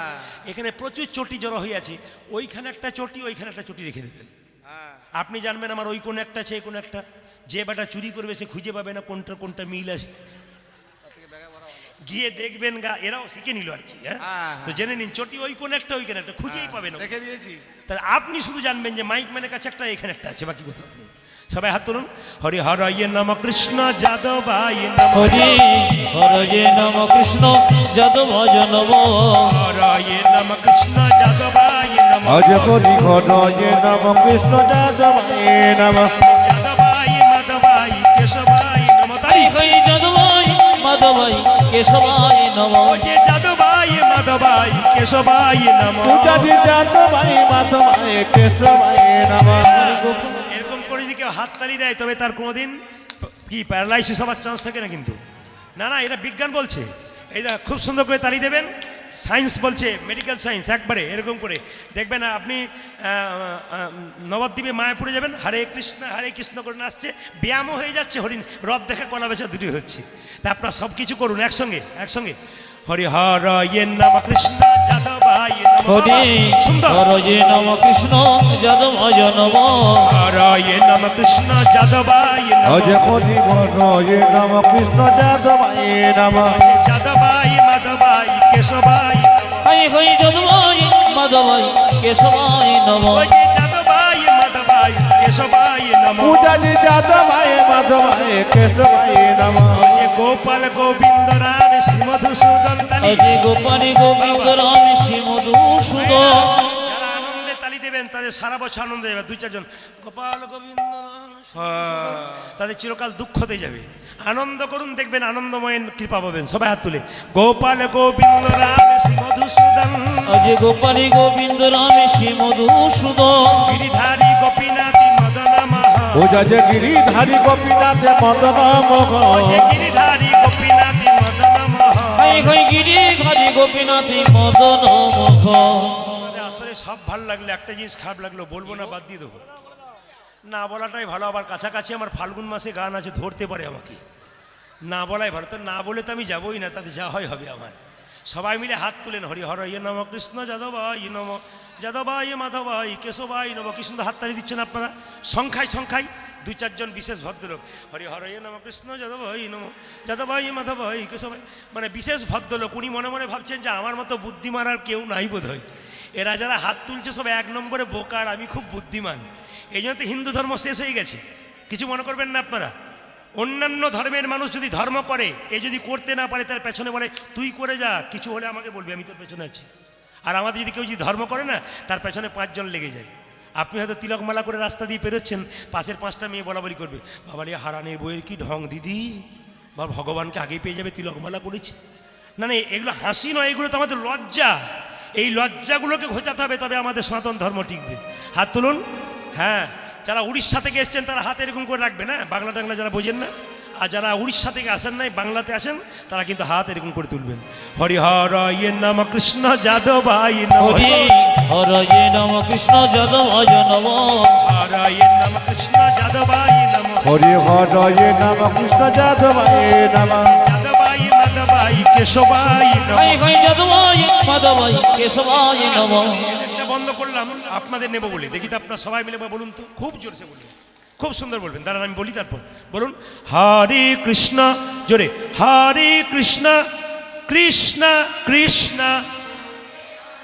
বাহ, হরে রাম, জোরে, সুন্দর, দারুণ দারুণ। জোরে হরে কৃষ্ণ কৃষ্ণ, বাহ, কৃষ্ণ কৃষ্ণ, জোরে হরে রাম, বাহ, সুন্দর। দাঁড়ান, সুন্দর দিচ্ছেন, তবে একটা কথা আপনাদের বলে যাই, প্রত্যেকটি কথার মধ্যে শিক্ষণীয় বিষয় আছে। আপনাদের ছোট্ট কথা বলে যাই, সকালবেলায় দেখবেন হোয়াটসঅ্যাপে অনেকে মেসেজ করে আমাকে, রাধাকৃষ্ণের ছবি দেয়, কিংবা হরে কৃষ্ণ দেয়, কিংবা জয় নিতাই দেয়। আপনাদের কাছে নিবেদন রইল, আপনার সকালবেলায় মেসেজ কিন্তু যাকে দেবেন, বন্ধু বান্ধবী প্রিয়জন যাকে দেবেন, প্রথমে যা বলবেন তার আগে জয় নিতাই, হরে কৃষ্ণ, কিছু একটা, জয়গুরু কিছু একটা দেবেন। কেন? সেই জন্য খুলে দেখতে পারে জয়গুরু বা জয় নিতাই দিয়েছে, আপনার মনটা ভালো হবে।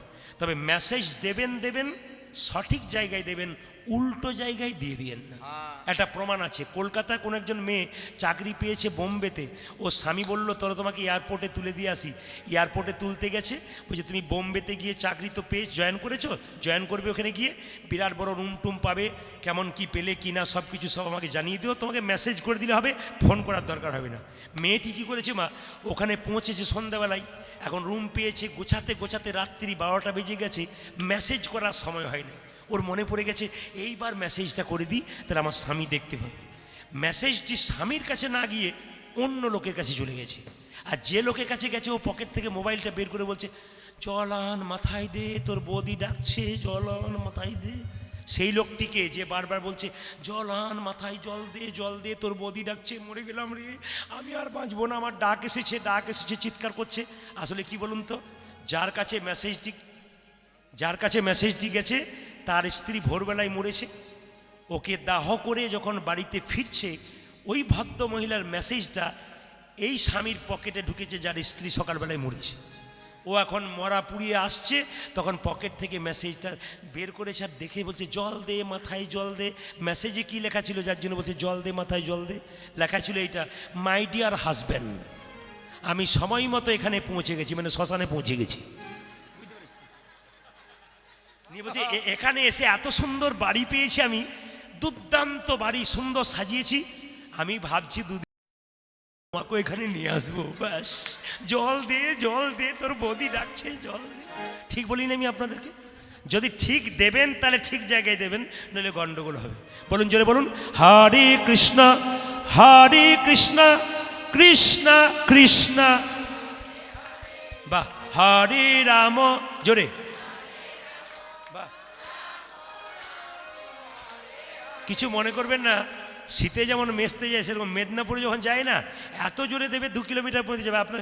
হরে কৃষ্ণ, এত আস্তে আস্তে কেন? জোরে বলুন, হরে কৃষ্ণ, জোরে, হরে কৃষ্ণ, বাহ, কৃষ্ণ কৃষ্ণ, বাহ, হরে রাম, জোরে, সুন্দর,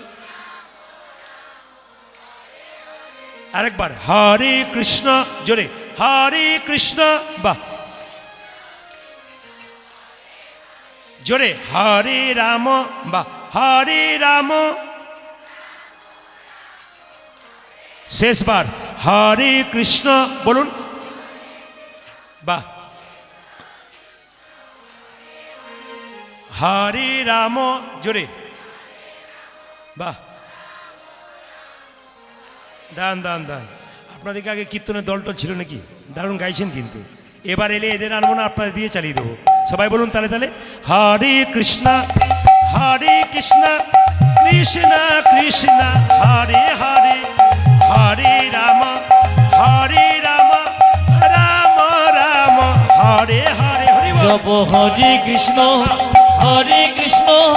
কৃষ্ণ কৃষ্ণ হরে হরে, হরে রাম রাম রাম হরে হরে।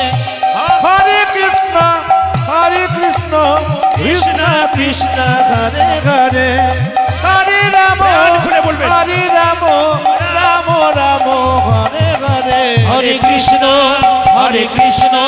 কৃষ্ণ কৃষ্ণ হরে হরে, হরে রাম রাম রাম হরে হরে।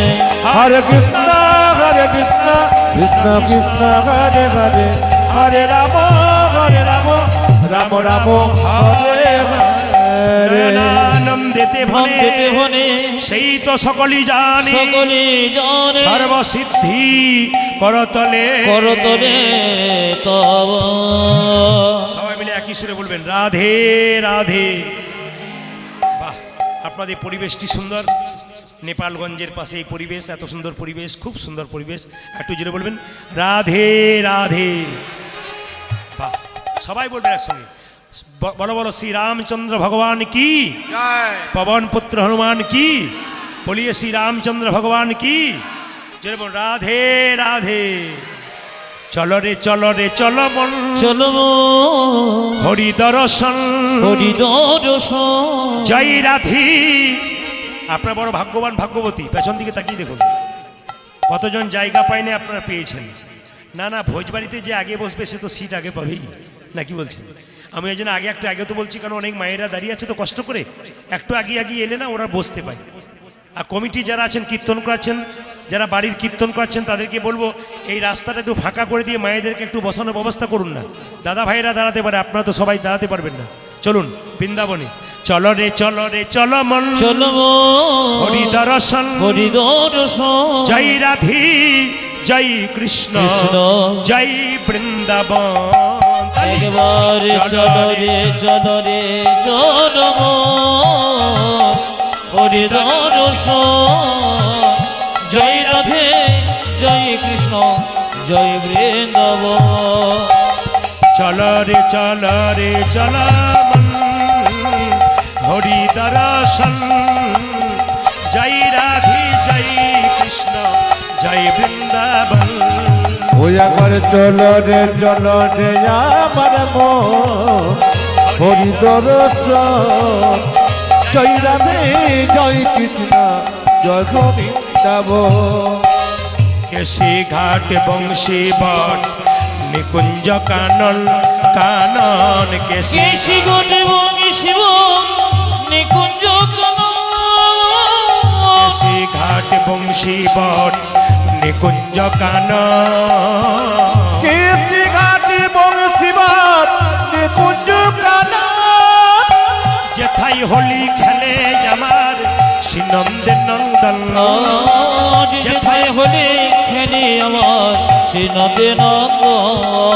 যেথায় হোলি খেলে আমার শ্রীনন্দের নন্দন। পূজাজি যেথায় হরি খেলে আমার শ্রীনন্দে নন্দন।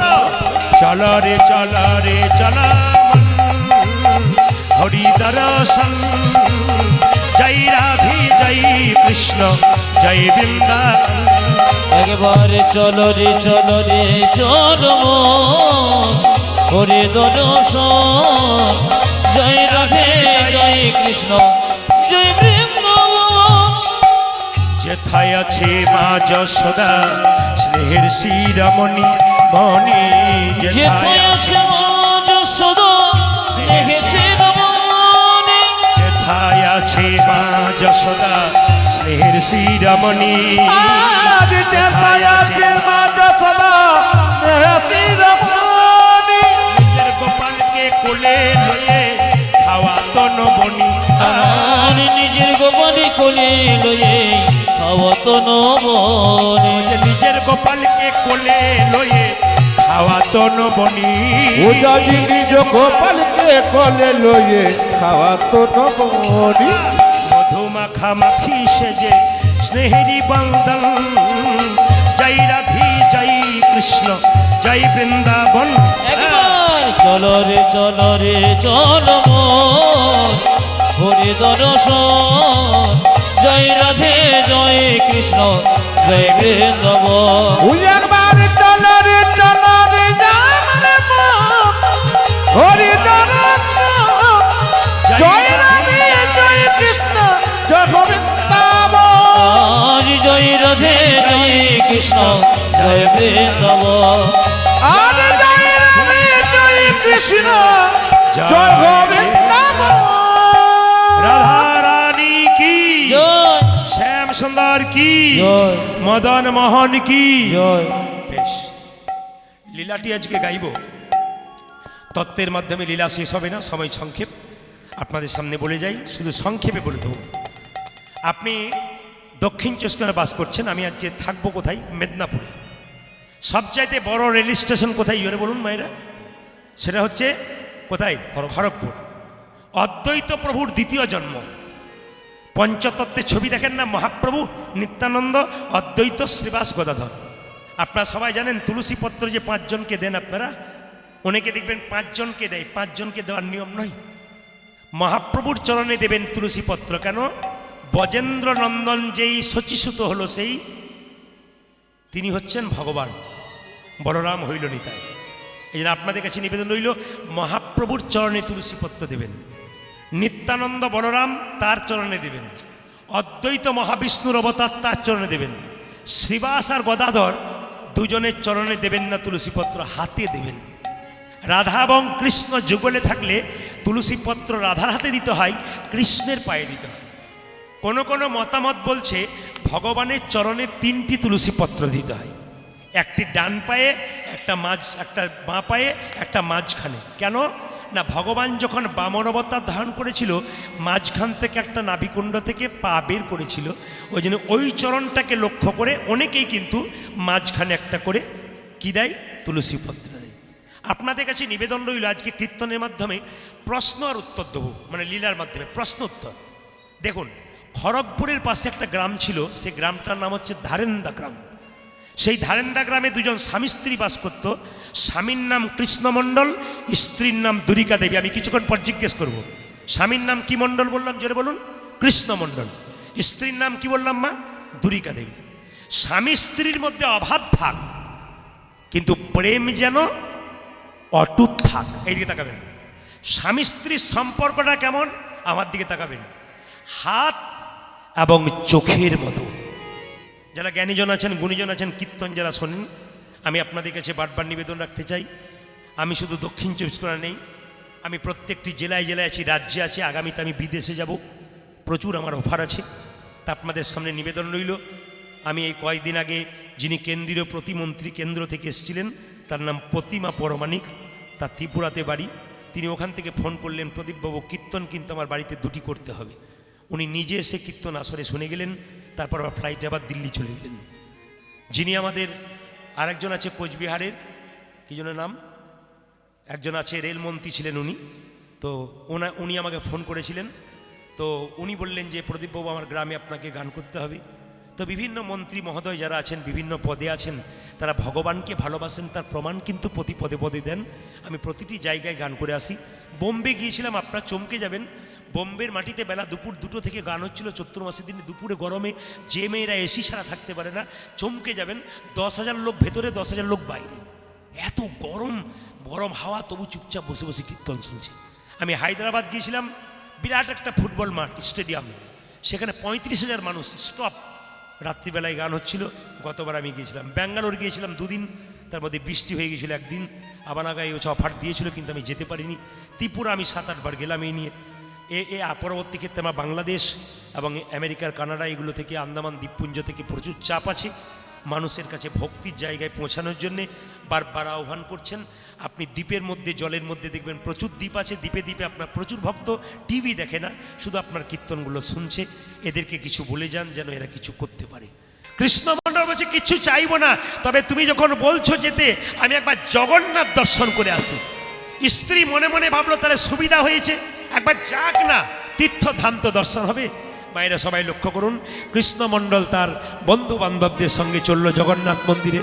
সবাই মিলে চলুন, জয় জগন্নাথ বলে যাচ্ছে একসঙ্গে সবাই মিলে। মায়েরা জয় জগন্নাথ, জয় জগন্নাথ, আজ জয় জগন্নাথ, জয় জগন্নাথ, জয় জগন্নাথ, জয় জগন্নাথ, জয় জগন্নাথ, জয় জগন্নাথ, জয়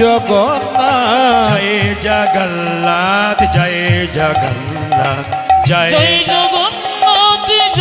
জগন্নাথ, জয় জগন্নাথ, জয় জগন্নাথ, জয় জগন্নাথ, জয় জগন্নাথ, জয় জগন্নাথ, জয় জগন্নাথ, জয় জগন্নাথ, আজ জয় জগন্নাথ, জয় জগন্নাথ, জয় জগন্নাথ, জয় জগন্নাথ, জয় জগন্নাথ, জয় জগন্নাথ, জয় জগন্নাথ, জয় জগন্নাথ, জয় জগন্নাথ, জয় জগন্নাথ, জগন্নাথ স্বামী, জগন্নাথ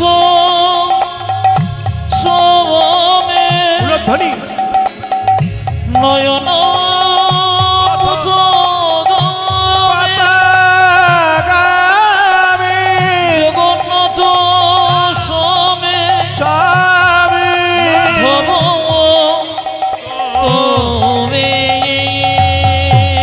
আজি জয় জগন্নাথ, জয় জগন্নাথ, জয় জগন্নাথ, জয় জগন্নাথ, জয় জগন্নাথ, জয় জগন্নাথ, জয় জগন্নাথ, জয় জগন্নাথ, আজি জয় জগন্নাথ, জয় জগন্নাথ, জগন্নাথ দেব কি জয়।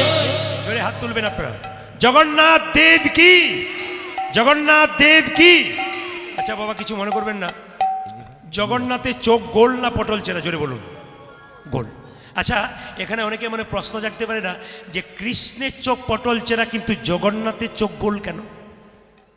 এতজন কীর্তন শুনতে এসছেন, আপনার কাছে আমার প্রশ্ন, কীর্তন বাবা মা শুনবে, বাচ্চাকে নিয়ে আসবে, কেন নিয়ে আসবে জেনে নিন। আপনি দুর্গা মন্দিরে ঠাকুর দেখাতে নিয়ে গেছেন বাচ্চাকে, আপনার বাচ্চা যদি প্রশ্ন করে বাবা দুর্গার 10টা হাত হলো কিন্তু সরস্বতীর 2টো হলো কেন, কি উত্তর দেবেন? বাড়ি চল তো, ওসব জেনে লাভ নেই, দেখলি দেখলি চল না, কি বলবেন? তার সাথে কোনো পথ নেই। তাহলে বাবা হয়ে কীর্তন না শুনলে, আপনি ধর্মতত্ত্ব জানতে না পারলে আপনি শিখবেন কি করে, বাচ্চাকে শেখাবেন কি করে? কার্তিকের বাহন ময়ূর আর গণেশের বাহন ইঁদুর, তাহলে ও যদি বাচ্চা প্রশ্ন করে গণেশের পেটটা মোটা এত ভারী, তার কেন এইটুকু ইঁদুর বাহন? বাবা চুপ কর, ওসব জেনে লাভ নেই, চল বাড়ি চল। কীর্তন শুনতে হয় শেখার জন্য। আপনি কিছু শিখবেন, বাড়িতে গিয়ে বাচ্চাকে শেখাবেন, এইভাবে কাজ করতে হয়, এইভাবে চলতে হয়, জীবন সুন্দর হয়।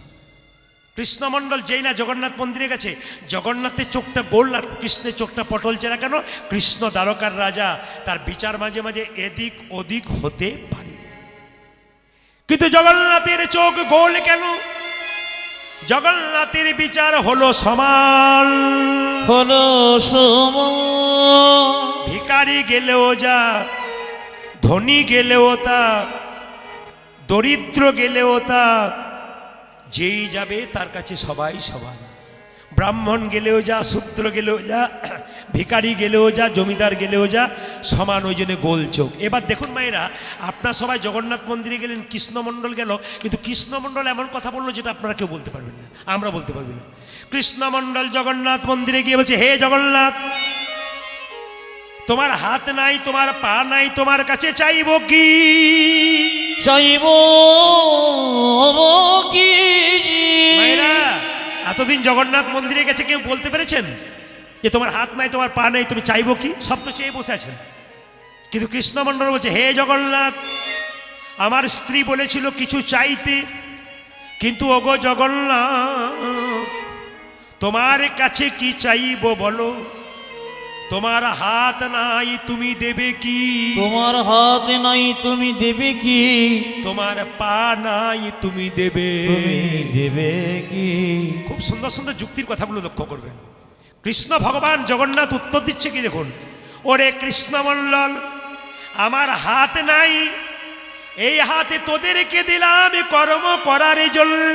এই হাতে তোদেরকে দিলাম কর্ম করাবার জন্য। আমার পা নাই, এই পা তোদেরকে দিলাম কর্ম করতে গেলে এক জায়গা থেকে অন্য জায়গা যাবার জন্য। অন্য জায়গায় যাবার জন্য। আমার যা নাই আমি তোদেরকে তাই দিয়ে আমার দিলাম। জানাই তাই তোদেরকে দিল। ওরে কৃষ্ণমণ্ডল, বল তুই কি চাইবি? কৃষ্ণমণ্ডল কেঁদে কেঁদে বলে, হে জগন্নাথ, লোকে তোমার কাছে এলে গাড়ি বাড়ি টাকা পয়সা ধন দৌলত চাই, কিন্তু আমি এমন জিনিস চাইব জগতের কেউ চাই না। আমি কি চাইব জানো জগন্নাথ?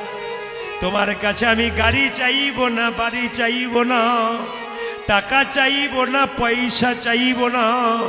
কি চাইব জানো? একটি কৃষ্ণ ভক্ত সন্তান দাও। হরি হরি ওগো জগন্নাথ,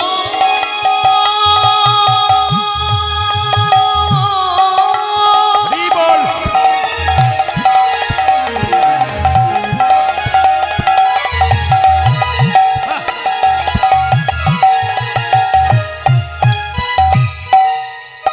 আহারে,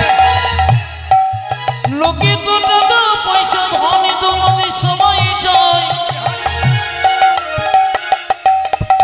আমি তোমার কাছে কি চাইবো জানো? আরে আমার একটা কৃষ্ণ ভক্ত সন্তান দাও গে। এই অভিলাষ আমারই মনে, কৃষ্ণ ভক্ত সন্তান দাও। ও জলে অবিলাতি আমার মনে, যেন প্রাণ ভরে নাম গাইতে পারি, এই অবিলাতি আমার মনে, প্রাণ ভরে নাম গাইতে পারি, এই অবিলাতি আমার যেন আমি মনে। প্রাণ ভরে নাম গাইতে পারি। কৃষ্ণ ভক্ত সন্তান দাও। ভাইরা, যারা কীর্তন শুনছেন, সংখ্যায় আপনারা বেশি আছেন, বাবারা আছেন, মন দিয়ে শুনবেন। একটা জায়গায় আমি প্রতি বছর গান করতে যেতাম, দিদি ভাইয়েরা যেমন সামনে বসে আছেন, ওরকম একজন মেয়ে সামনে কাটা পোশাক পরে কীর্তন শুনতো। 4 বছর ধরে দেখলাম কাটা পোশাক পরে সামনে বসে আছে, একবারে কীর্তন শুনছে। আধুনিকা মেয়ে সামনে বসে হাত তোলে, সব কিছু করে, কিন্তু দৃষ্টিকটু। আমার খালি মনে হয় এই মেয়েটা কেন সামনে বসে, পেছনে বসতে পারে না? আমার কীর্তনে ভাবটা নষ্ট হয়ে যায়। এ খালি সামনেই বসে, এইটুকু সিঁদুর, হাতে শাখা নেই, হ্যাঁ, আধুনিকা মেয়ে খাটো খাটো পোশাক পরে বসে আছে, খুব বিরক্ত হয়। আপনার চমকে যাবেন, 4 বছর ধরে দেখলাম। 2 বছর ওই এলাকায় যাইনি, 3 বছর পর যখন গেলাম, আমি মেয়েটাকে চিনতে পারি নাই। সামনে বসে আছে, লাল পেরে সাদা শাড়ি পরে, গায়ে একটা নামা বলিনি, টকবগে সিঁদুর নিয়ে। সামনে বাচ্চাটা বসে আছে, একটা ছোট ধুতি পরে, তিলক নিয়ে মালান। কীর্তনের শেষে আমি প্রণাম করতে হলো, জিজ্ঞেস করলাম, হ্যাঁ গো বোন, তুমি কি ছিলে আর কি হলে? দাদা, আমার ছেলে আমাকে পরিবর্তন করে দিয়েছে। ছেলে মানে বুঝতে পারলাম না। এই যে আমার সঙ্গে ছেলেটা দেখতে পাচ্ছ না, ছেলেটা আস্তে আস্তে আস্তে বলছে, আমি যখন প্রথম তোমার কীর্তন শুনতাম তখন ওকে আনতাম না, আমার শাশুড়ি মায়ের কাছে নিয়ে আনতাম। কিন্তু কি জানি ভাগ্য বলে আমি একটা কৃষ্ণ ভক্ত সন্তান পেয়েছি। ছোট থেকে মাছ মাংস ডিম খাই না, থুতু করে ফেলে দেয়। কীর্তনে খোল করতালে শব্দ পেলে ছুটে ছুটে চলে যাই। আচ্ছা বলো তো দাদা, ছেলে যদি না খায় আমি কি করে খাবো? ছেলে নিজেই তিলক করছে, তুলসী গাছে জল দিচ্ছে, আমি হতভাগিনী মা দেখবো, আধুনিকা সেজে থাকবো? আমার ছেলে আমাকে পরিবর্তন করে দিয়েছে দাদা। এটাই তো হয়। মানুষের পরিবর্তন কখন হয়? মহাপ্রভু বলেছে শুনিতে শুনিতে কেমন, যত শুনবেন যত জানবেন তত এখানে ঢুকবেন, আপনার পরিবর্তন হবে। ওই জন্য হরিবাসরে ছেলেকে মেয়েকে সবাইকে নিয়ে আসতে হয়। কেন? যত শুনবেন তত ভেতর পরিবর্তন হবে, আপনার ভেতরে আলো আসবে, কুচিন্তা আসবে না, কুভাব আসবে না, ভগবানের প্রতি মন আসবে। এপিজে আব্দুল কালাম বলেছে একজন মা 100টা স্কুলের সমান, একজন বাবা 100টা শিক্ষকের সমান। বাবার কাছ থেকে বাচ্চা শেখে বিচার, মায়ের কাছ থেকে বাচ্চা শেখে আচার। বাবা যদি হরিনাম না শোনে, মা যদি হরিনাম না শোনে, কি করে আশা করবে আমি একটা ভালো ছেলে বাবা মা হব? হতে পারবেন না। তাই যারা কীর্তন শুনছেন দাঁড়িয়ে, তাদের কাছে আমার নিবেদন রইল, হরিনাম যেখানে হবে শুনবেন, বসবেন। কেন? আপনার রক্ত কিন্তু আপনার ছেলের শরীরে বইছে। আপনি যেদিন চলে যাবেন দেখবেন আপনার ছেলে কৃষ্ণ ভক্ত হয়ে গেছে। মৃত্যুর আগে শান্তিতে মরতে পারবেন, আমার ছেলে চোর হয় নাই, ডাকাত হয় নাই, একটা কৃষ্ণ ভক্ত সন্তানের মা হতে পেরেছে। এই অনুভব ভেতরে নিয়ে মরতে পারবেন। কয়েকদিন আগে আমি দক্ষিণ দিনাজপুরে 5-7 দিন ছিলাম, একবারে মালদা থেকে 60 কিলোমিটার দূরে। ওই এলাকাগুলো খুব ভালো, প্রচুর ভক্তের আসন। চিন্তা করতে পারবেন না, আসনগুলো নিজে নিজের আসন এনেছে, জলের বোতল এনেছে, একবারে যেন পড়াশোনা করার মতো চুপচাপ বসে আছে, আসন পেতে পেতে হরিনাম শুনবে বলে স্থির বসে আছে একবারে। কোনো নড়নচড়ন নেই, পাশে কে কী বলছে দেখার দরকার নেই, চুপচাপ শুনছে। প্রত্যেকটি এলাকাতে আমাদের অভিজ্ঞতা হয়ে যায় কি কোন কোন এলাকার লোক কেমন কীর্তন শোনে, একবারে চুপচাপ। কি নারী কি পুরুষ কি সুন্দর তিলক কেটে বসে আছে। আমরা আপনার কি প্রতিদিন তিলক কাটেন? বলছে না, যেদিন যেদিন বিশেষ দিন হরিনাম হয় সেদিন, যেদিন অমাবস্যা পূর্ণিমা কিংবা বাড়িতে কোনো অনুষ্ঠান হয় সেদিন নিই, পুজো পাঠের সময় নিই। বাবা সবসময় পারি না, কিছু কিছু দিন নিই, তো নেয়। তা আপনাদের কাছে নিবেদন, বিভিন্ন জায়গায় বিভিন্ন অভিজ্ঞতা আমাদের হয়ে যায়। আপনাদের কাছে নিবেদন রইল, শুধু পরিবর্তন চাই। একবার পরিবর্তন হয়ে যান, দেখবেন জীবন কত সুন্দর হয়ে যাবে। কৃষ্ণ ভক্ত সন্তান জগন্নাথ যেন বলল, যা তোকে কৃষ্ণ ভক্ত সন্তানই দিলাম। আবেদন যেমন হবে, দরখাস্তর বয়ান যেমন হবে, আবেদন যেমন হবে, ঠিক পারমিশন ঠিক সেরকম হবে। জগন্নাথ মন্দিরে প্রণাম করে কৃষ্ণমণ্ডল চলল বাড়ির দিকে। কেন? তার স্ত্রীকে খবরটা দেওয়ার জন্যে। কিছুই চাই নাই গো, আমি একটি কৃষ্ণ ভক্ত সন্তান চেয়েছি। গাইতে গাইতে যাচ্ছে, যশোদার দুলাল যশোদার দোলা তুমি বজের রাখাল, তুমি ব্রজের রাখাল, বৃন্দাবন মানা হারি। তুমি যশোদার দোলা ব্রজের রাখাল, বৃন্দাবন মনোহারি। যশোদার দুলাল বজের রাখাল, বৃন্দাবন মানা হারি। ও তুমি যশোদার দোলাল ব্রজের রাখাল, বৃন্দাবন ধন জন বল্লভ রাধিকা রামন, গোপী জন বল্লভ রাধিকা রমণ, গোপী জন বল্লভ রাধিকা রামন। হে প্রাণ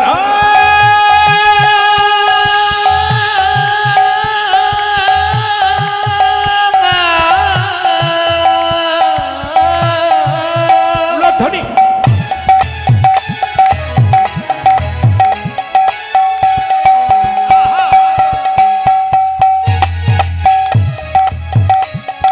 হে প্রাণ বল্লভ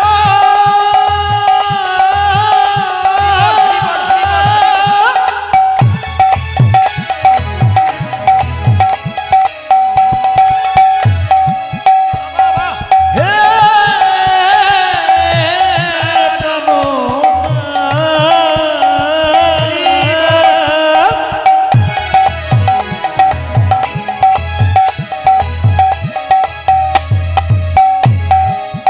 হে প্রাণ বল্লভ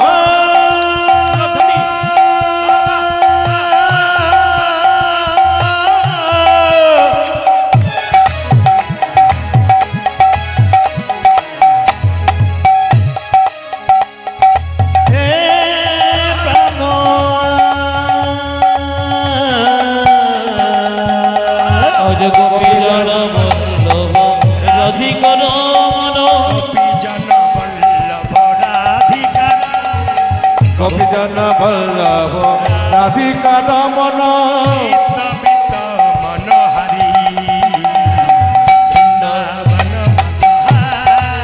ও তুমি যশোদার দোলা গজে রাধা বৃন্দাবন ধারা আমি যশোদর দোলার ব্রজের রথ বৃন্দাবন মনোহরি দেখা দাও দেখো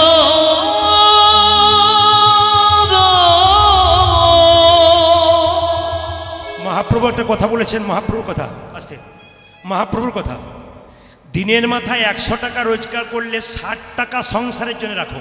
আস্তে, মহাপ্রভুর দামি কথাগুলো শুনে নিন।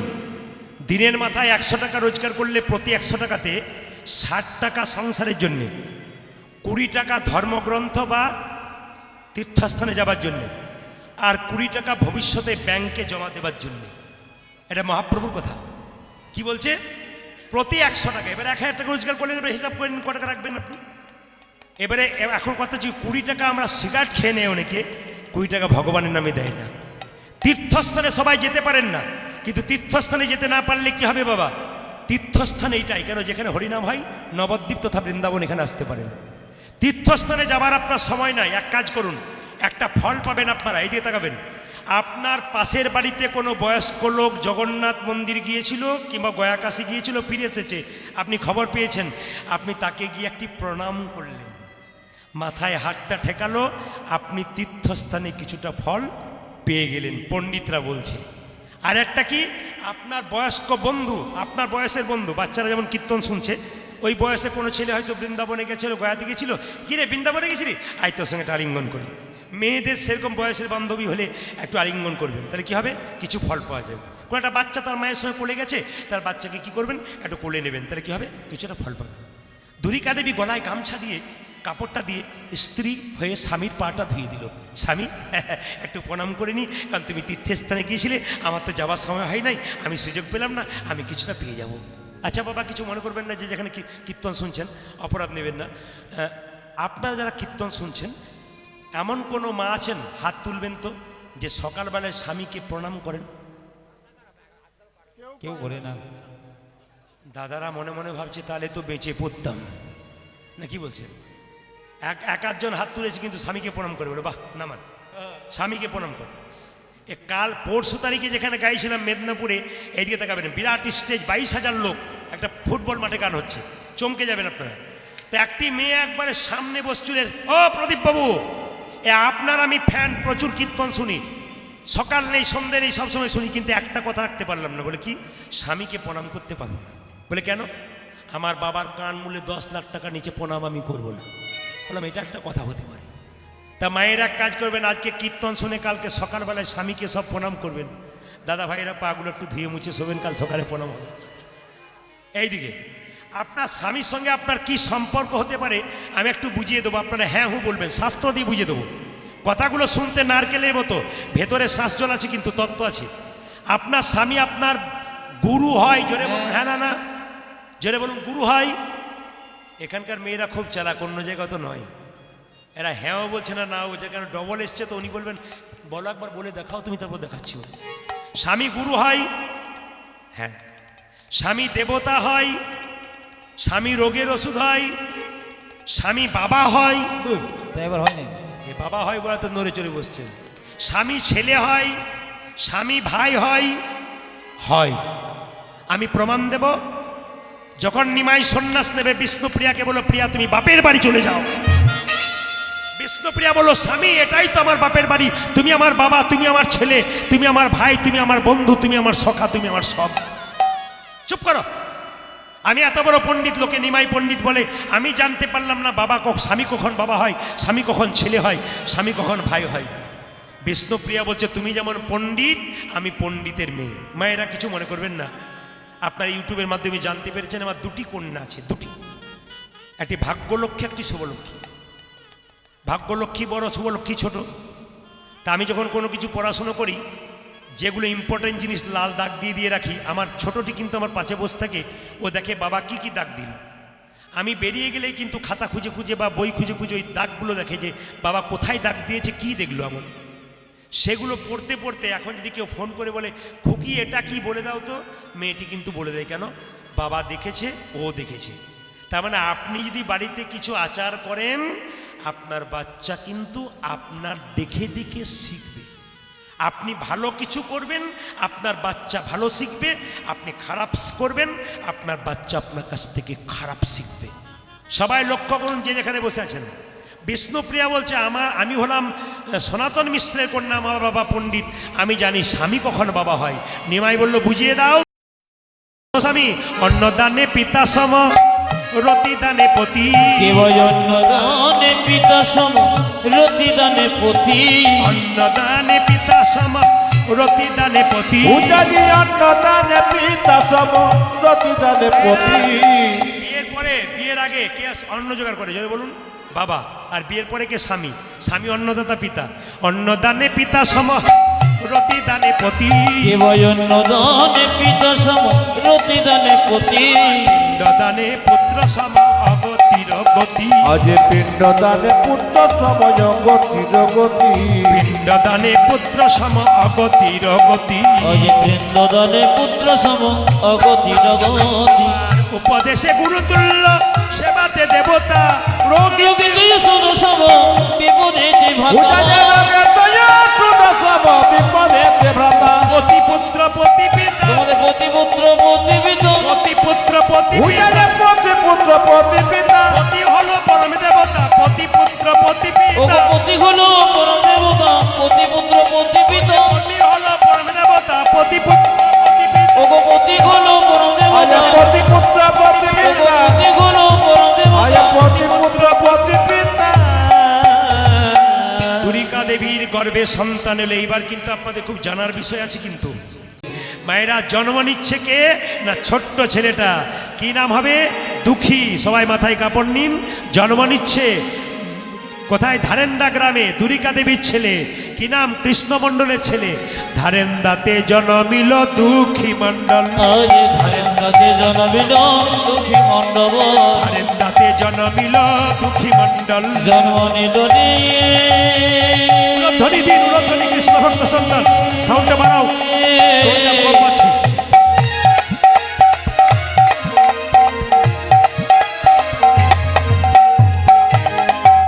দুঃখী মণ্ডল।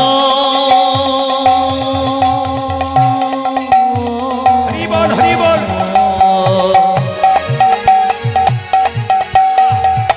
আহা, ধরন্দতে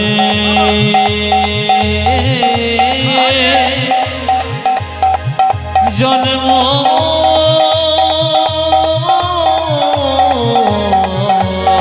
হরি বল। নীল আজ ধারেন্দাতে জন্মিল দুঃখী মণ্ডল। মাতার নাম দুরিকা, পিতা কৃষ্ণ মণ্ডল। আজ পিতা নাম দুরিকা, পিতা কৃষ্ণ মণ্ডল। ও যে মাতার নাম দুরিকা, পিতা কৃষ্ণ মণ্ডল। উজানি মাতা নন্দা দুর্গা পিতা কৃষ্ণ মণ্ডল। আজ পুত্র হেরি পিতা মাতার আনন্দ না ধরে। ও গো পুত্র হেরি পিতা মাতা আনন্দ না ধরে। পুত্র হেরি পিতা মাতার আনন্দ না ধরে। উজানি পুত্র হেরি পিতা মাতা আনন্দ না ধরে। পারাপতি বেশি সবে জয়ধ্বনি করে। আজ পার্বতী বেশে সবে জয়ধ্বনি করে। পারাপতি বেশি সবে উলধ্বনি করে। উজানি পাড়া প্রতিবেশী সবে জয় ধ্বনি করে। তোমার ছেলে হয়েছে, আনন্দ ধরে না, আনন্দ ধরে না, আনন্দ ধরে না। আনন্দ ধরে না। পারাপতি বেশির মনে আনন্দ ধরে না। ও পার্বতী বেশে মনে আনন্দ ধরে না। পারাপতি বেশির মনে পুত্র বদন আজ হেরে। পার্বতী বেশে আজ মনে পুত্র বদনে হেরে। পার্বতী বেশে মনে পুত্র বদনে হেরে। পার্বতী বেশে মনে পুত্র বদনে হেরে। পার্বতী বেশে মনে পুত্র বদনে হেরে। আনন্দ ধরে ও না। গো পার্বতী বেশে সবে জয়ধ্বনি করে। উজানি পাড়া প্রতিবেশী সবে উলুধ্বনি করে। বাচ্চা ছেলের মুখে কি দিতে হয় জোরে বলুন? পেতনি মধু। পোকা। মধু তো, কিন্তু আপনাদের যে ভুল ধারণা ভাঙিয়ে দিই। আপনারা মধু দেন বাচ্চাকে মিষ্টি মিষ্টি কথা বলবার জন্য। বলুন তো মায়েরা হাত তুলে, বড় হয়ে ছেলে মিষ্টি কথা বলে? কেউ বলুন হাত তুলে। বলে? কেন বলে না? এই যে দেখেন, মধুটা বাচ্চাকে ছোট অবস্থায় দেন কেন? বাচ্চা জন্ম নিয়ে স্তনপান করতে পারে না, সেই জন্য মধু দিয়ে কান্নাটাকে বন্ধ করা হয়। কিন্তু মধু দেওয়ার নিয়ম হচ্ছে দু সময়। যারা বইপত্র পড়েন বইটার নাম বলে দিয়ে আপনারা পড়তে পারেন। একটা বইয়ের নাম হচ্ছে গভীর গৃহসূত্রকার, একটা বইয়ের নাম পরাশর গৃহসূত্রকার। এই দুটো বইতে বলল, গভীর গৃহসূত্রকার বইতে বলল বাচ্চাকে 21 দিন পর যখন আপনি অসহজ গৃহ থেকে নিয়ে গিয়ে স্নান করাবেন, মন্দিরে শুয়ে একটু মধু দিয়ে বলবেন, হে প্রভু আমার ছেলে যেন মিষ্টি মিষ্টি কথা বলে। একজনও বলেছেন? আপনার জানা ছিল না? ঠিক কথা। এবার জেনে নিন কি বললাম।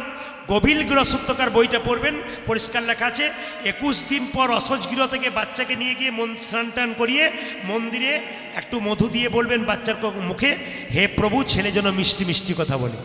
আর পরাশর গৃহসূত্রকার বলে একটা বই আছে, বলল যে আর একটা দিন মধু দিলে ভালো হয়। কোন দিন? যেদিন অন্নপ্রাশন হয়। মায়েরা বাচ্চাদের যে মুখে ভাত দেন, আপনার অন্নপ্রাশন কেন দেন? পেটে বাচ্চা থাকাকালীন মায়ের মলিন খাবারগুলো বাচ্চা খায়, মা যে ময়লা খাবারগুলো সেগুলো বাচ্চা খায়, মুখের দোষ হয়, শুদ্ধ করে প্রসাদ দিয়ে। তো পরমান্ন দেবার আগে ওই অন্নপ্রাশনে দিয়ে যদি মধু দেওয়া হয়, ভগবানকে প্রার্থনা করতে, প্রভু আমার ছেলে মিষ্টি মিষ্টি কথা বলে, 100% মিষ্টি কথা বলবে। কে বলল? পরাশর গৃহসূত্রকার, গভীর গৃহসূত্রকার, দুটো বই। আমি বইয়ে রেফারেন্স দিলাম মাত্র, আপনি মেনে নেবেন। সবাই লক্ষ্য করুন, মধু যখন নেই কান্নাকাটি করে শুরু করেছে, বলে এক কাজ করো, দুই কানে শোনাইল মধুর হরিনাম, আজ দুই গানে শোনাইল মধুর হরিনাম, দুই কানে শোনাইল মধুর হরিনাম, আজ দুই কানে শোনাইল মধুর হরিনাম, হরিনামে শোনালো, মধুর হরিনামে শোনালো, হরিনামে শোনালো, হরিনামে শোনালো, সংসারের কথা শোনার আগে হরিনামে শোনালো, সংসারের কথা শোনার আগে হরিনামে শোনালো, সংসারের কথা শোনার আগে নাম ময়দা হলো, সংসারের কথা শোনার আগে, ময়দা হলো, সংসারের কথা শোনার আগে, ময়দা হলো, সংসারের কথা শোনার আগে, ময়দা হলো, সংসারের কথা শোনার আগে, ময়দা হলো, হরিনামে শোনালো, দুই কানে শোনাইল মধুর হরিনাম। দুই কানে শোনাইল মধুর হরিনাম। কিছু মনে করবেন না, ছেলের তো নাম রাখতে হয়। দক্ষিণ চব্বিশ পরগনাতে আমি আগে প্রচুর গান করতাম, এখন অপরাধ নেবেন না। আমি যদি মনে করি দক্ষিণ চব্বিশ পরগনাতে আমি পরপর 4 মাস গান করব, তো 4 মাসই হবে। কেন? এত চাপ আছে। কিন্তু আমাকে প্রতিটি জেলায় জেলায় রাজ্যে রাজ্যে যেতে হয়, ভাগ দিতে হয়েছে। এবছর দক্ষিণ চব্বিশ পরগনাকে মাঘ মাসে 7 পালা, আর ফাল্গুন মাসে 7 পালা, আর চৈত্র মাসে 7 পালা, 3-7 কে 21টা আজ দিয়েছি এবছর। তা আপনাদের কাছে নিবেদন রইল, দক্ষিণে গান করে দেখেছি, আসর দক্ষিণে বেশি হয়, আপনাদের ধারণা আছে। কিন্তু সত্যি দক্ষিণে আসর সবচাইতে বেশি হয়। আপনি আরও জেলাতে ঘুরতে পারলে দেখবেন ওখানেও আসর প্রচুর হয়। আমি প্রতিটি জেলায় জেলায় যাই, রাজ্যে রাজ্যে যাই, দেখতে পাই ভক্তের কেমন ঢল। মানুষ কৃষ্ণকে কত ভালোবাসে, মহাপ্রভুকে কত ভালোবাসে, প্রমাণ দেয় আসরে। তবে বলি, ছেলের নাম কিন্তু ভগবানের নামের সঙ্গে রাখবেন, কৃষ্ণ, বিষ্ণু, নারায়ণ। তাহলে কী হবে বলুন তো? ছেলের নাম যদি কৃষ্ণ রাখেন, দিনের মাথায় ছেলেকে 20 বার ডাকবেন, 18 বার কৃষ্ণ খেয়ে নে বাবা, কৃষ্ণ স্কুলে যা, কৃষ্ণ খেলা কর, কৃষ্ণ এই কাজটা করে দে। যত কৃষ্ণ কৃষ্ণ করবেন, আপনার কিন্তু এমনিতে কৃষ্ণ নাম হয়ে যাবে। এই যে ছেলের নাম কৃষ্ণ রাখতে হয়। এবার সবাই লোক, তোমার আরেকজন ডাকতে এসছে,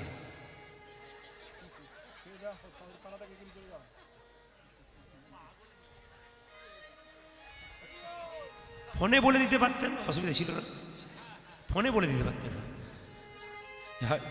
রাধা রানী কি, শ্যাম সুন্দর কি, মদন মোহন কি, হরিবাসর কি, সাধুগুরু বৈষ্ণব কি।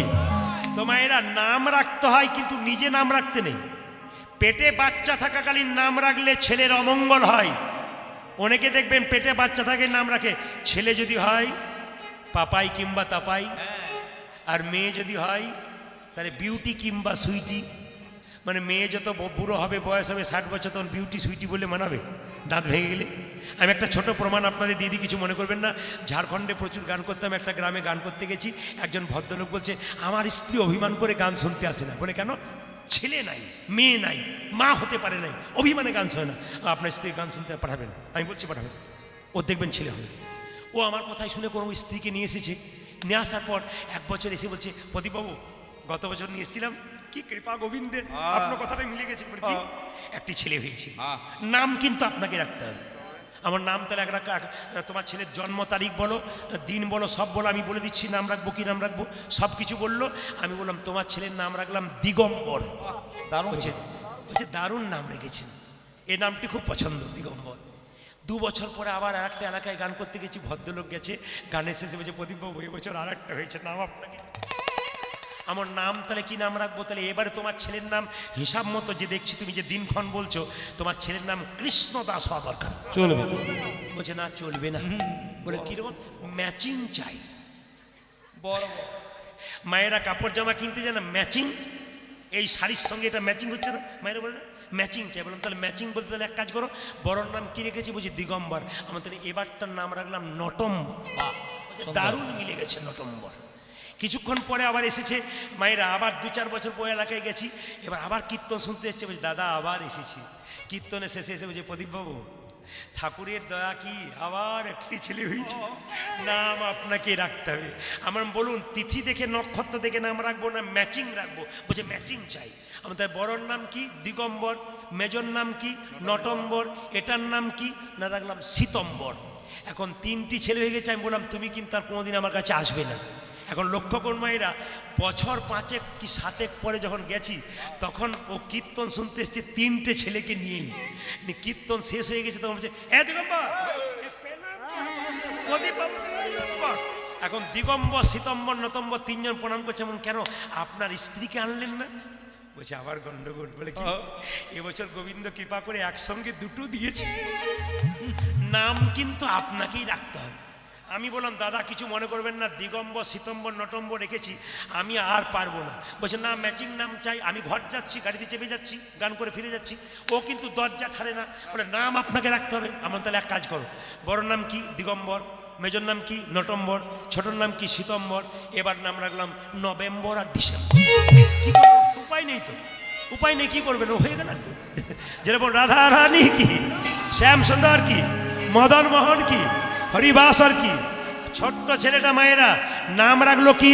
দুঃখের সংসারে জন্ম নিল, নামে রাখলো দুঃখী। নামে রাগিল দুঃখী, নামে রাখিল দুঃখী, নামে রাগিল দুঃখী। দুঃখী। এই দিকে তাকাবেন, এই দিকে তাকাবেন। ছেলেটাকে তার বাবা কি শিক্ষা দিচ্ছে দেখুন। শোন দুঃখী, আর 5টা ছেলের মতো তোকে পাই নাই, তোকে জগন্নাথ মন্দিরে জগন্নাথের কৃপাই পেয়েছি। তোর একমাত্র উদ্দেশ্য হবে কি? গুরুচরণ সেবা করে গোবিন্দ চরণ পাওয়া। ছোট্ট দুঃখী বলল বাবা কি করে গুরুচরণ পাবো? বলছে নবদ্বীপ মায়াপুর চলে গেলে তুই গুরু নিশ্চয়ই পাবি। কখন যাব? বলছে ভজন করতে হয় সকাল সকাল, তবে কাজ হয়। ছোট্ট ছেলেটা মাথায় ঢুকে গেল, এই ছোটবেলা থেকে কৃষ্ণ ভজন করতে হবে। বাবা মা রাত্রিবেলায় শুয়ে আছে, আর ছোট্ট দুঃখী কী করছে দেখুন মায়েরা, দূর থেকে বাবা মাকে প্রণাম করে বলছে বাবা কি আমি চলে যাই। আমি চলে যাই, বাবা মা ঘুমাচ্ছে, আমি চলে চলে যাই, যাই, দাও গোবিন্দ উলধ্বনি। আমি চলে যাব, আমি চলে যাও, দাও গোবিন্দ, আমি চলে যাই, আমি চলে যাই, দাও গোবিন্দ। আরে আমি চলে যাই,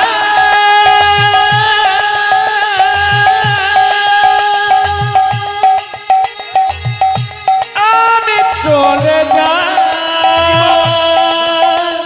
মায়েরা উলধ্বনি। দাও গোবিন্দ। বিদায় জননী, বিদায় জননী, বিদায় জন্মভূমি, বিদায় জন্মভূমি, বিদায় জননী, বিদায় জননী, বিদায় জন্মভূমি, বিদায়, বিদায়, জন্ম। বিদায় জন্মভূমি। বাবা আস্তে, কারা কারা নবদ্বীপ গেছেন হাত তুলুন তো। নবদ্বীপ, বাহ, নামান। নবদ্বীপের পাশে একটা জায়গা আছে, কি যায় সেই জায়গাটার নাম হচ্ছে কালনা, নিতাই জানের শ্বশুর বাড়ি। ছোট্ট ছেলে সকালবেলা যাকে দেখছে তাকে বলছে হ্যাঁ গো নবদ্বীপ কত দূরে? একজন বলছে এ ভিখারি ছেলে, নবদ্বীপ নবদ্বীপ করছিস কেন, ভিক্ষা নিয়ে নে। ছেলেটা বলে সত্যি আমি ভিখারি। আমি প্রেমের ভিখারি, প্রেম ভিক্ষা করি যাব গো নদিয়ায়, যাব গো নদিয়ায়। হরি বল। প্রেমের ভিখারি, প্রেম ভিক্ষা করে যাব গো নদিয়ায়, যাব গো নদিয়ায়। হরি হরি বলে দুটি বাহু তুলে, হরি হরি বলে দুটি দুটি বাহু তুলে, হরি হরি বলে দুটি বাহু তুলে, আজ হরি হরি বলে দুটি বাহু তোলে যাব যাব গো নদিয়ায়, যাব গো নদিয়ায়। আমি প্রেমের ভিখারি, প্রেম ভিক্ষা করি যাব গো নদিয়ায়, যাব গো নদিয়ায়। আমি প্রেমের ভিখারি, প্রেম ভিক্ষা করে যাব নদিয়ায়, যাব নদিয়ায়। হৃদয় চৈতন্য ঠাকুর কি, জয় হৃদয় চৈতন্য ঠাকুর কি। জয়। সবার কাছে নিবেদন রইল, করজোরে বসবেন, মাথায় কাপড় নেবেন, বাবু হয়ে শুনবেন।